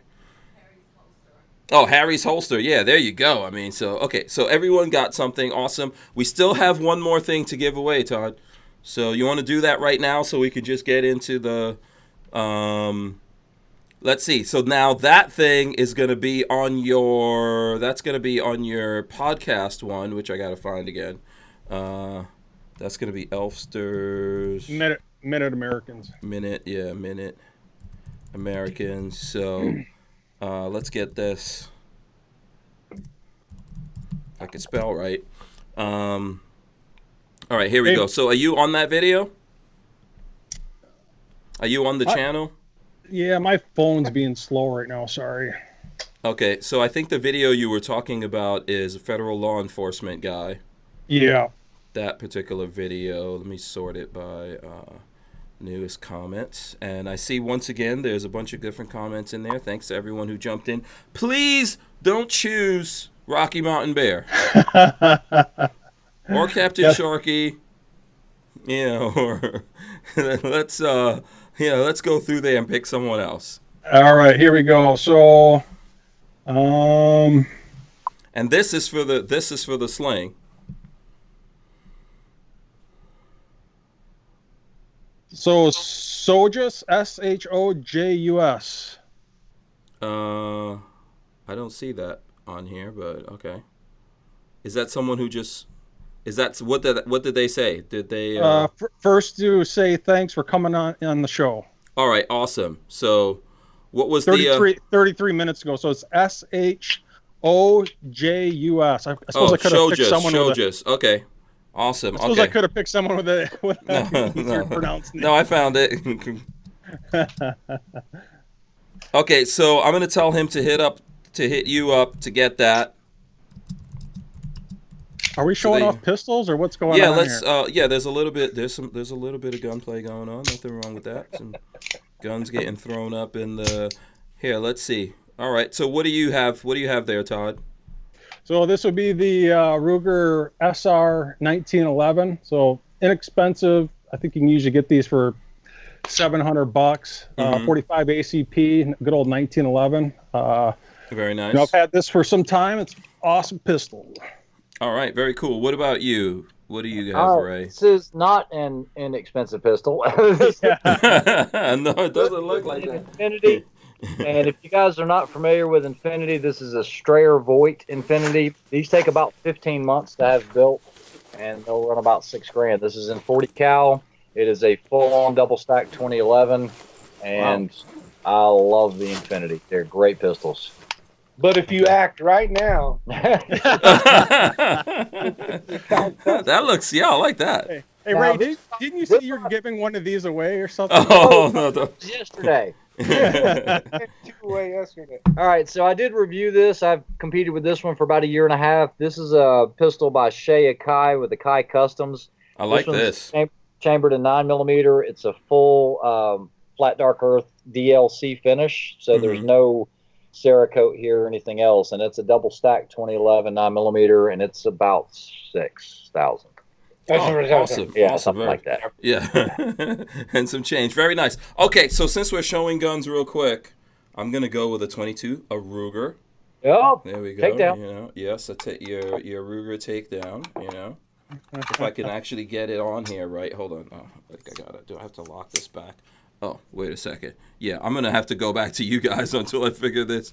Because I'm doing something wrong with this. Okay. Oh, there we go. I got it. Okay. Boom. And what I did with this was I put this Hogue stock on it, like the thumb hole. Looking stock. nice. So yeah, there you go. And is that it has California this. compliant. I can't remember the name of this company, but here in the, this is like a side charging mechanism that comes on this. If you wanna, what was the name, Boo? Orca. There you go. Okay, see, Lola remembered. All you need is a $3,000 scope to put on that thing. Yeah, you need a nice that's a good. For that, Hank. Yeah, that's a good thing. Yeah, like what exactly? Yeah, what's the most expensive 22 scope in existence? I don't know. Yeah, I don't know. Yeah, I'm trying to. Is there one like in the 22 field? Is there like a 22 specific really? Well, I mean, there's a lot of guys that would throw a Night Force on something like that. Jeez. Rimfire Precision Rifle Series is coming on like nobody's business, and they're taking 22s and they're taking targets at 500 to 700 yards now with a 22 long rifle. Oh, that's crazy. Really? I just got done doing a video on my 22 at 300 yards, and I think it took 51 minutes of angle at 300 yards or something like that. Yeah. So, I think someone told me that there's some competitions out there for 22. Yeah, absolutely. Right? Yeah. You're literally lobbing little dinky bullets at that point. Mm-hmm. Yeah, to be able to shoot those, they have the mounts, and the company, it might be MOA Precision or MOA something, but you can dial 300 minutes of angle into the base on top of what the scope can dial, because will reach at 500, 600, and 700 yards. There's not going to be enough internal adjustment. That's like the equivalency of shooting a 6.5 Creedmoor past a mile. Wow. Yeah. Wow. Yeah.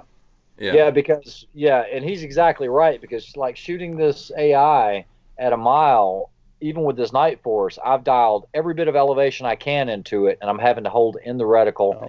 On a mile, depending on the day, I'm going to be running around 23, 24 mils, and that's what I'm going to be able to get in the scope itself. The PRC, I did put a 40-minute of angle base on it for that reason. And, like we went to that PSA event, Hank, when we shot that mile with that PSA 6.5 Creedmoor at a mile. I believe it took 80. And that was at the Clinton house, right? That Ray was talking about. Right? Yeah. And I think that took 81 minutes of angle, and we had the scope maxed out, and we were doing a complete holdover on the reticle. They actually should have had a 20-minute of angle built-in AR mount personally, but Yeah. I mean, we were literally at the bottom of that reticle, weren't we? Yeah. Yeah, it was, but the guy who, I just want to show this off. I know it was purely coincidental, but Are you gonna?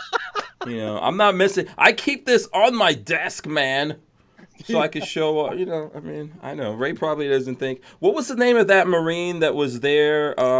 At the. You talking about Mike Sexton? Yes, yeah, that's a good dude. I've got Yeah. one of those points. Once a Marine, always a Marine, right? Yeah. Put a hole through it. I think my numbers beat yours, though, don't they? No. I don't think so. I don't think so. Your number definitely doesn't. What's your number? I'm 2 or 1 or something like Don't that. lie.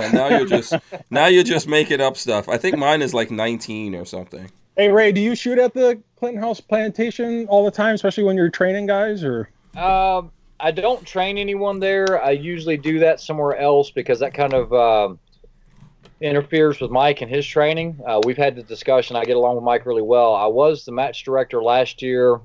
I did run a national level 3-gun match out there and then also a DMM. I don't know if I'll be doing that any longer just because I live a long ways from there, and just the logistics behind driving that long, working all day setting up stages and coming back doing it multiple times, that just didn't really work out. But I do go there occasionally, but there are a ton of long range places starting to open up all around me now. There's it's VOD, Virtue of Defense. It's an old fort. They have 700 yards, and then there's another facility just outside of Burnsville. They're supposed to have 1,000 yards next week. So just all around Western North Carolina, we're starting to see all these long-range facilities pop up. Oh, nice. Okay, cool. Hank, you really got to check out Ray's one video. I think it's you're in New Mexico. I think it's a long-range match where you're helping from what course field to course field. Those were competition dynamics matches. That's run by Zach Smith, or Zach. Field course to field course or whatever. Yeah, he's one of the owners of Thunder Beast Arms Suppressors, and they run an unbelievably well-organized match, and they do a bunch of different variations. You can do team matches, individual matches.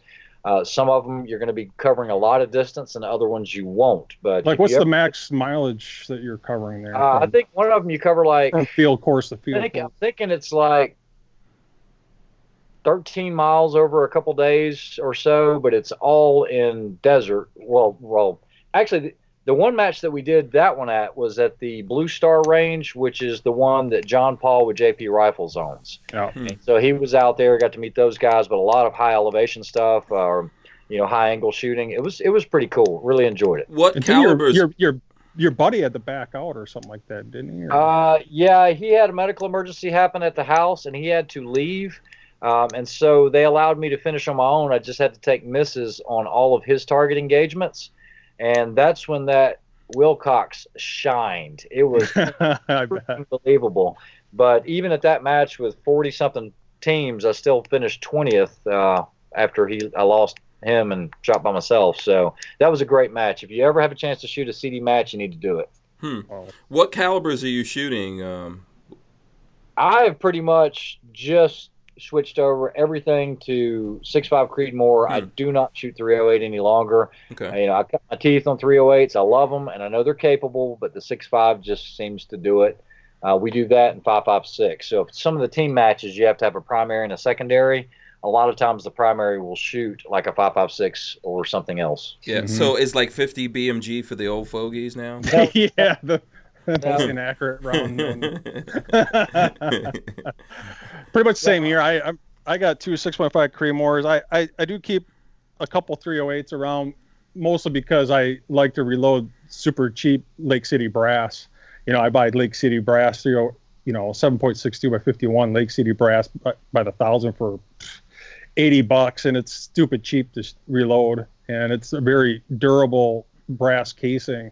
But like he says, I pretty much shoot 6.5 Creedmoor myself. But there's a bunch of other cartridges out there, 6.5 by 47, 6BRs are very, very accurate. You know, it just depends on the yardage that you're shooting at. Yeah, I'm assuming you guys aren't like chasing every new round that comes out, right? Because you're getting so dug in on these rounds. Well, like, right? you know, it's like his data books. It's like you start with a new cartridge, you got to completely start back over from scratch, and it takes. It's not something you just scratch down in a book.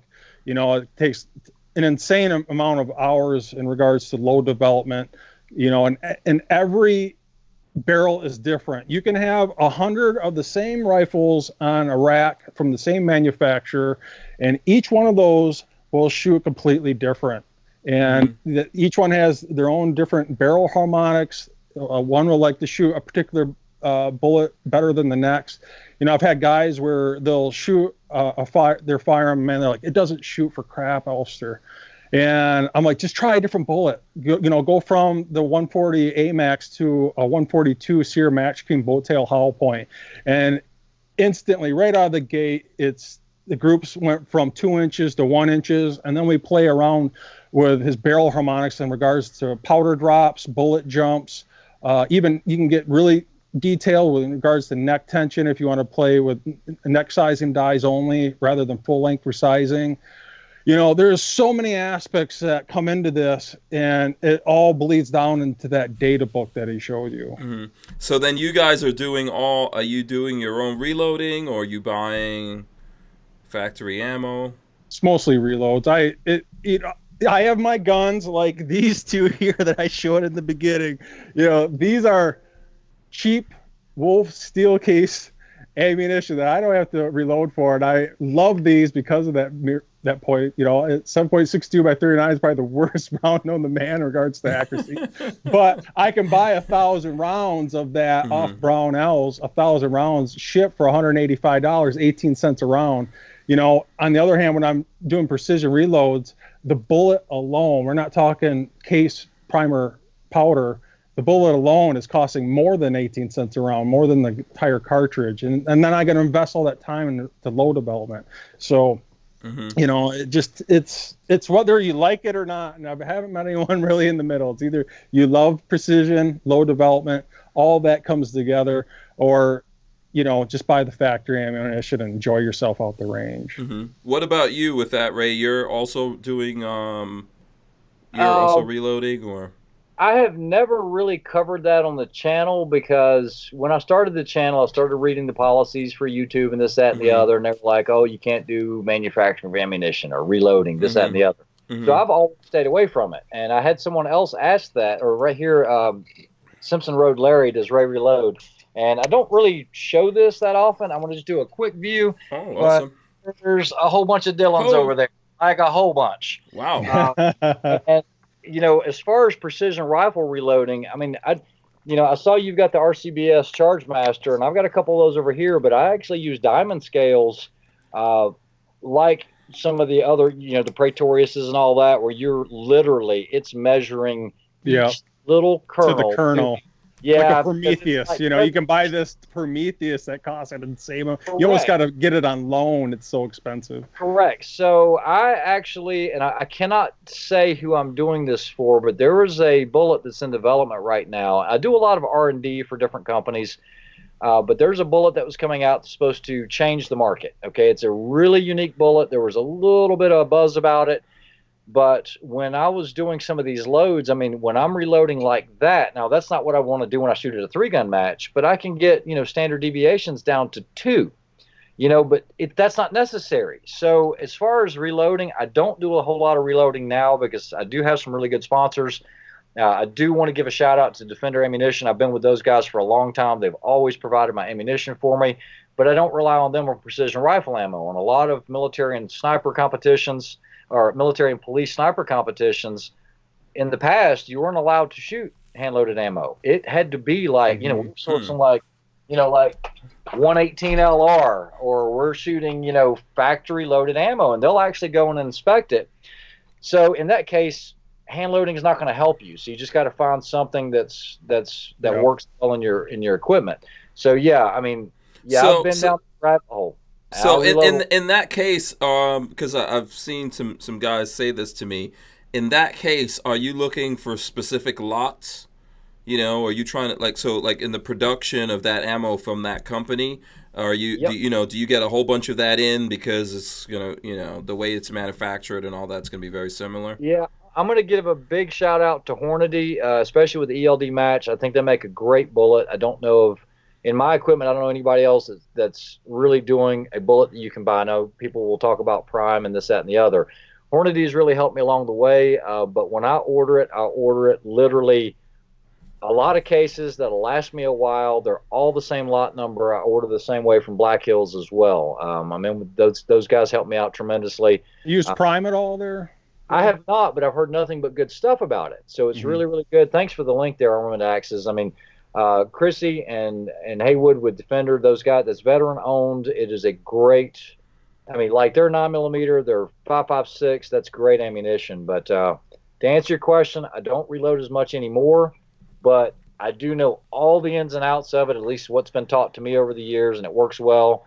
But like Rick, he had a rifle, and we developed a load for it, and it shoots lights out. And he's like, it's magical. I'm like, yeah, if you want to take the time, it'll do better than buying this box ammo, but you've got to dedicate the time and the energy and the prep to do all of this. I mean, I got, I watched a lot of your stuff, Todd, and, I've got the annealers and everything else. I can't even remember the name of the machine. What is that thing over there?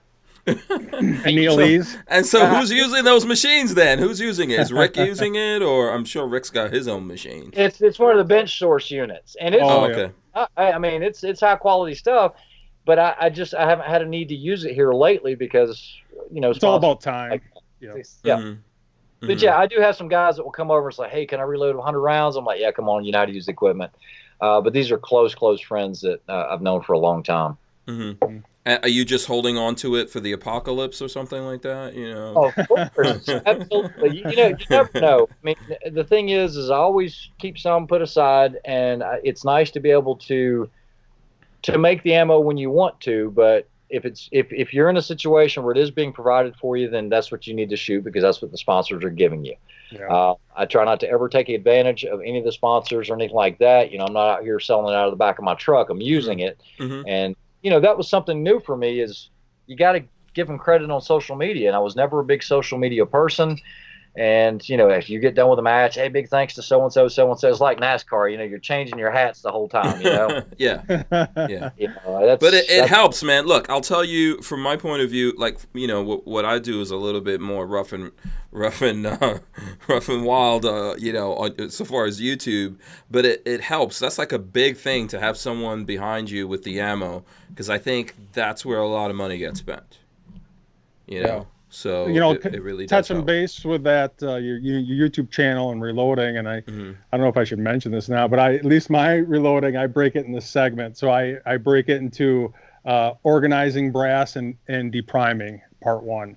Part 2, cleaning the brass, swaging the brass, part 2. I break it into sections, so I'm not physically showing you from start to finish how to reload a cartridge, but okay. I have sections, and I have actually, check out my playlist area on my channel. I have my ultimate reloading series, and I have literally dumped all of my knowledge into that playlist, everything I know, and it's actually on Sniper's Hide. If you go on the reloading section there, it's pinned. If you're starting out, that's a great source of information. So yeah.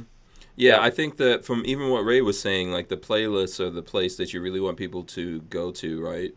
Because you've got it organized. And then one of the things I would say, with YouTube, it's such a weird thing going on, in a way, they're coming down on us and doing all kinds of weird things, and I find it really tough to figure out exactly what they want. Well, I find it almost random. I got a theory what's going to happen here soon, and I don't know if you're familiar with this, but this new COPA law from the FTC, they're really breaking down on these child channels.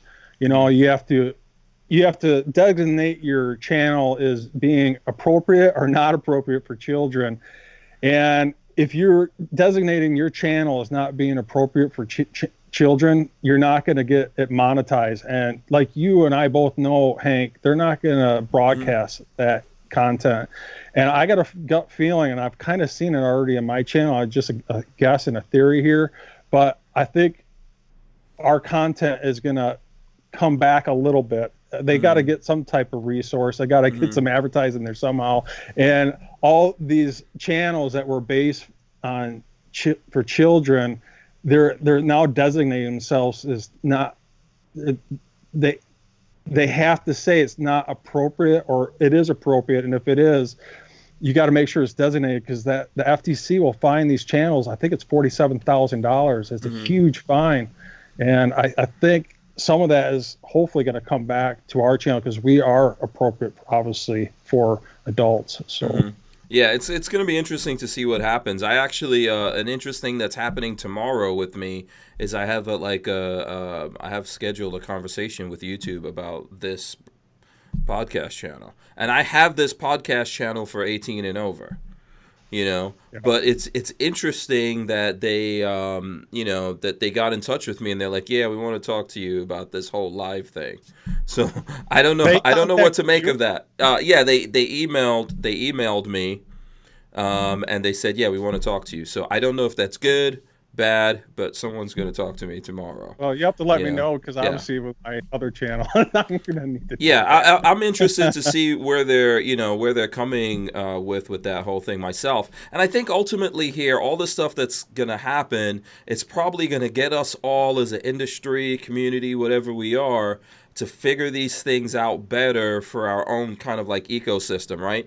I know no one wanted to do that before because YouTube and all the other social medias are the big ecosystem. But I think the truth here is that this is a pretty, I don't know, maybe on YouTube it's not a big section. Like when you look at communities on YouTube, maybe it's not that big. But I think we are still kind of like a really big thing here. I mean, we're talking about a lot of Americans that are interested in some way in what I do, what you do, what Ray does, somewhere floating around in that hemisphere. So I think even though the future looks a little bit scary, I think at the end of it, it's kind of going to push us, to make some moves that maybe we should have made a long time ago. Yeah, I don't know. This whole COPA thing, whatever you want to call from the FTC, it's a council of people that weren't voted into that placement of authority. It's kind of like the ATF, and kind of like what they're talking about right now too, somewhat restricting the ATF with this new bill that they're trying to pass. And it really needs to come down to the people and getting the representatives to pass those laws, and not a group of people. And that's the part that bugs me about it. But yeah. Let's see. Okay, we've got probably 3-5 minutes here. I don't know if either one of you, Ray, do you see some other questions you want to take here? I know there's a lot of, someone was asking about some reloading advice. I don't know if we... Well, someone said, what's my choice of carry? Okay, good one. Yeah, I think I covered this on an EDC thing, because somebody said you need to do one, and... So 9mm pistol, I'm usually going to have a Glock 19 or a SIG 365. Okay. And then rifle caliber is going to be 6.5 Creedmoor or 5.56, depending on the application. Okay. How's the 365 working out? How many rounds do you feel like you've put through it? Or how long have you had it? What's your feelings on it? Okay, so I bought a post-October 2019 pistol because I knew there were a lot of issues with firing pin breakages and things like that. And, here lately with some of the SIG's offerings, I just didn't have a lot of confidence in it. It's not like an old 226 or something like that. So I purchased one. I did not even carry it until it had over 1,000 rounds on it, I believe. I had zero issues, zero malfunctions, and that pistol, I think, just broke about 2,500 rounds. It's a great pistol. I have no problems trusting that. I picked up one of the 15-round mags because somebody said, you need to have one as a spare, and I do not recommend the 15-round mags. I've spoken to someone else because I had a problem with one, and once it gets about 5 rounds out of it, and you got about 10 rounds left, on mine, the follower tilted, and it locked the whole magazine up. And then I talked to another buddy, and his did the same thing, so I have no faith in that long magazine. Who's making that long magazine? Is that a SIG magazine? It's a branded product. And I don't know if it's Megar or who, but it's okay. It says SIG on the box, but who knows who's. Yeah, probably they're not making it. I don't think a lot of those guys make their own magazines. I wouldn't think so either. Yeah. Interesting. Okay. Hey, before we head out here too, yeah. I don't know if CodaBoy32 is still watching, but a huge fan of his channel. I love watching his channel, and that's kind of got how I got on Ray's channel. I know you guys are good friends, but if there's a possibility, man, I think we should do this again. Get old CodaBoy32 in here, all four of us together, and let's see if we can lock him down. Let's see if we can lock him down. Lock down his schedule. I'll be happy to do that. I'll be happy to have happy to have you come back on, Todd. Happy to have you, Ray. Rick, we should watch your 6 back on in here at some point. He's kind of like, I've got you full seat. There he goes. He's there. Someone call my name. Absolutely. Yeah, it'll be great to have you guys back on. I think it was a great show. Before we wrap up here, here's what we should do. If folks want to follow you, Ray, what's your preferred social medias or ways for people to follow you, contact you? And then while Rick is there too, have him have a go at it. Okay, so on social media right now, I'm not really doing anything on Facebook for other reasons, but Instagram, I'm just now starting to get into the social media stuff, but it's the X Ring channel.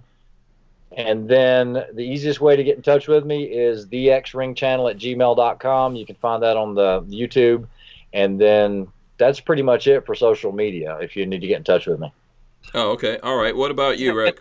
Comment. Yeah. He does a good job of that. Yeah. My channel is Your Six Covered. Been around for a while. Got him talked into it.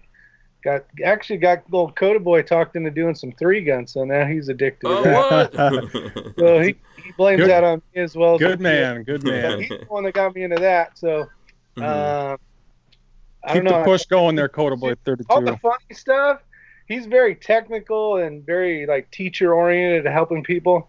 If you want to see the funny stuff that he does, you got to go over to my channel. Oh. Like you guys climbing ropes together. 6 Covered. Check it out. Hopefully you guys get over there. I call you guys family members, subscribers, family members. So Absolutely. Supporters. Absolutely. Yeah. So what about you, Todd? How can the folks out there, how can they follow you, man?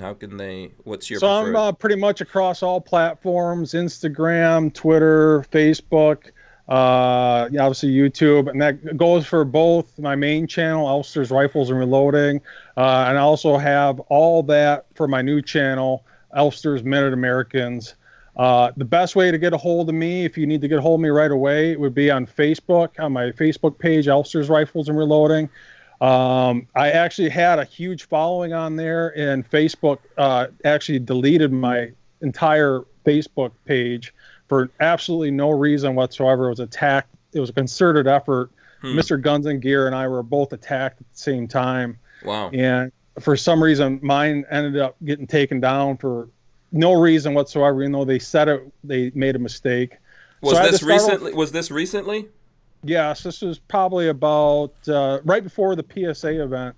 Oh, okay. And so I had to start over from scratch. I mean, I had almost 4,000 subscribers or followers there on Facebook, and I literally had to start from scratch. I have it built back up to about 1,600 on Facebook.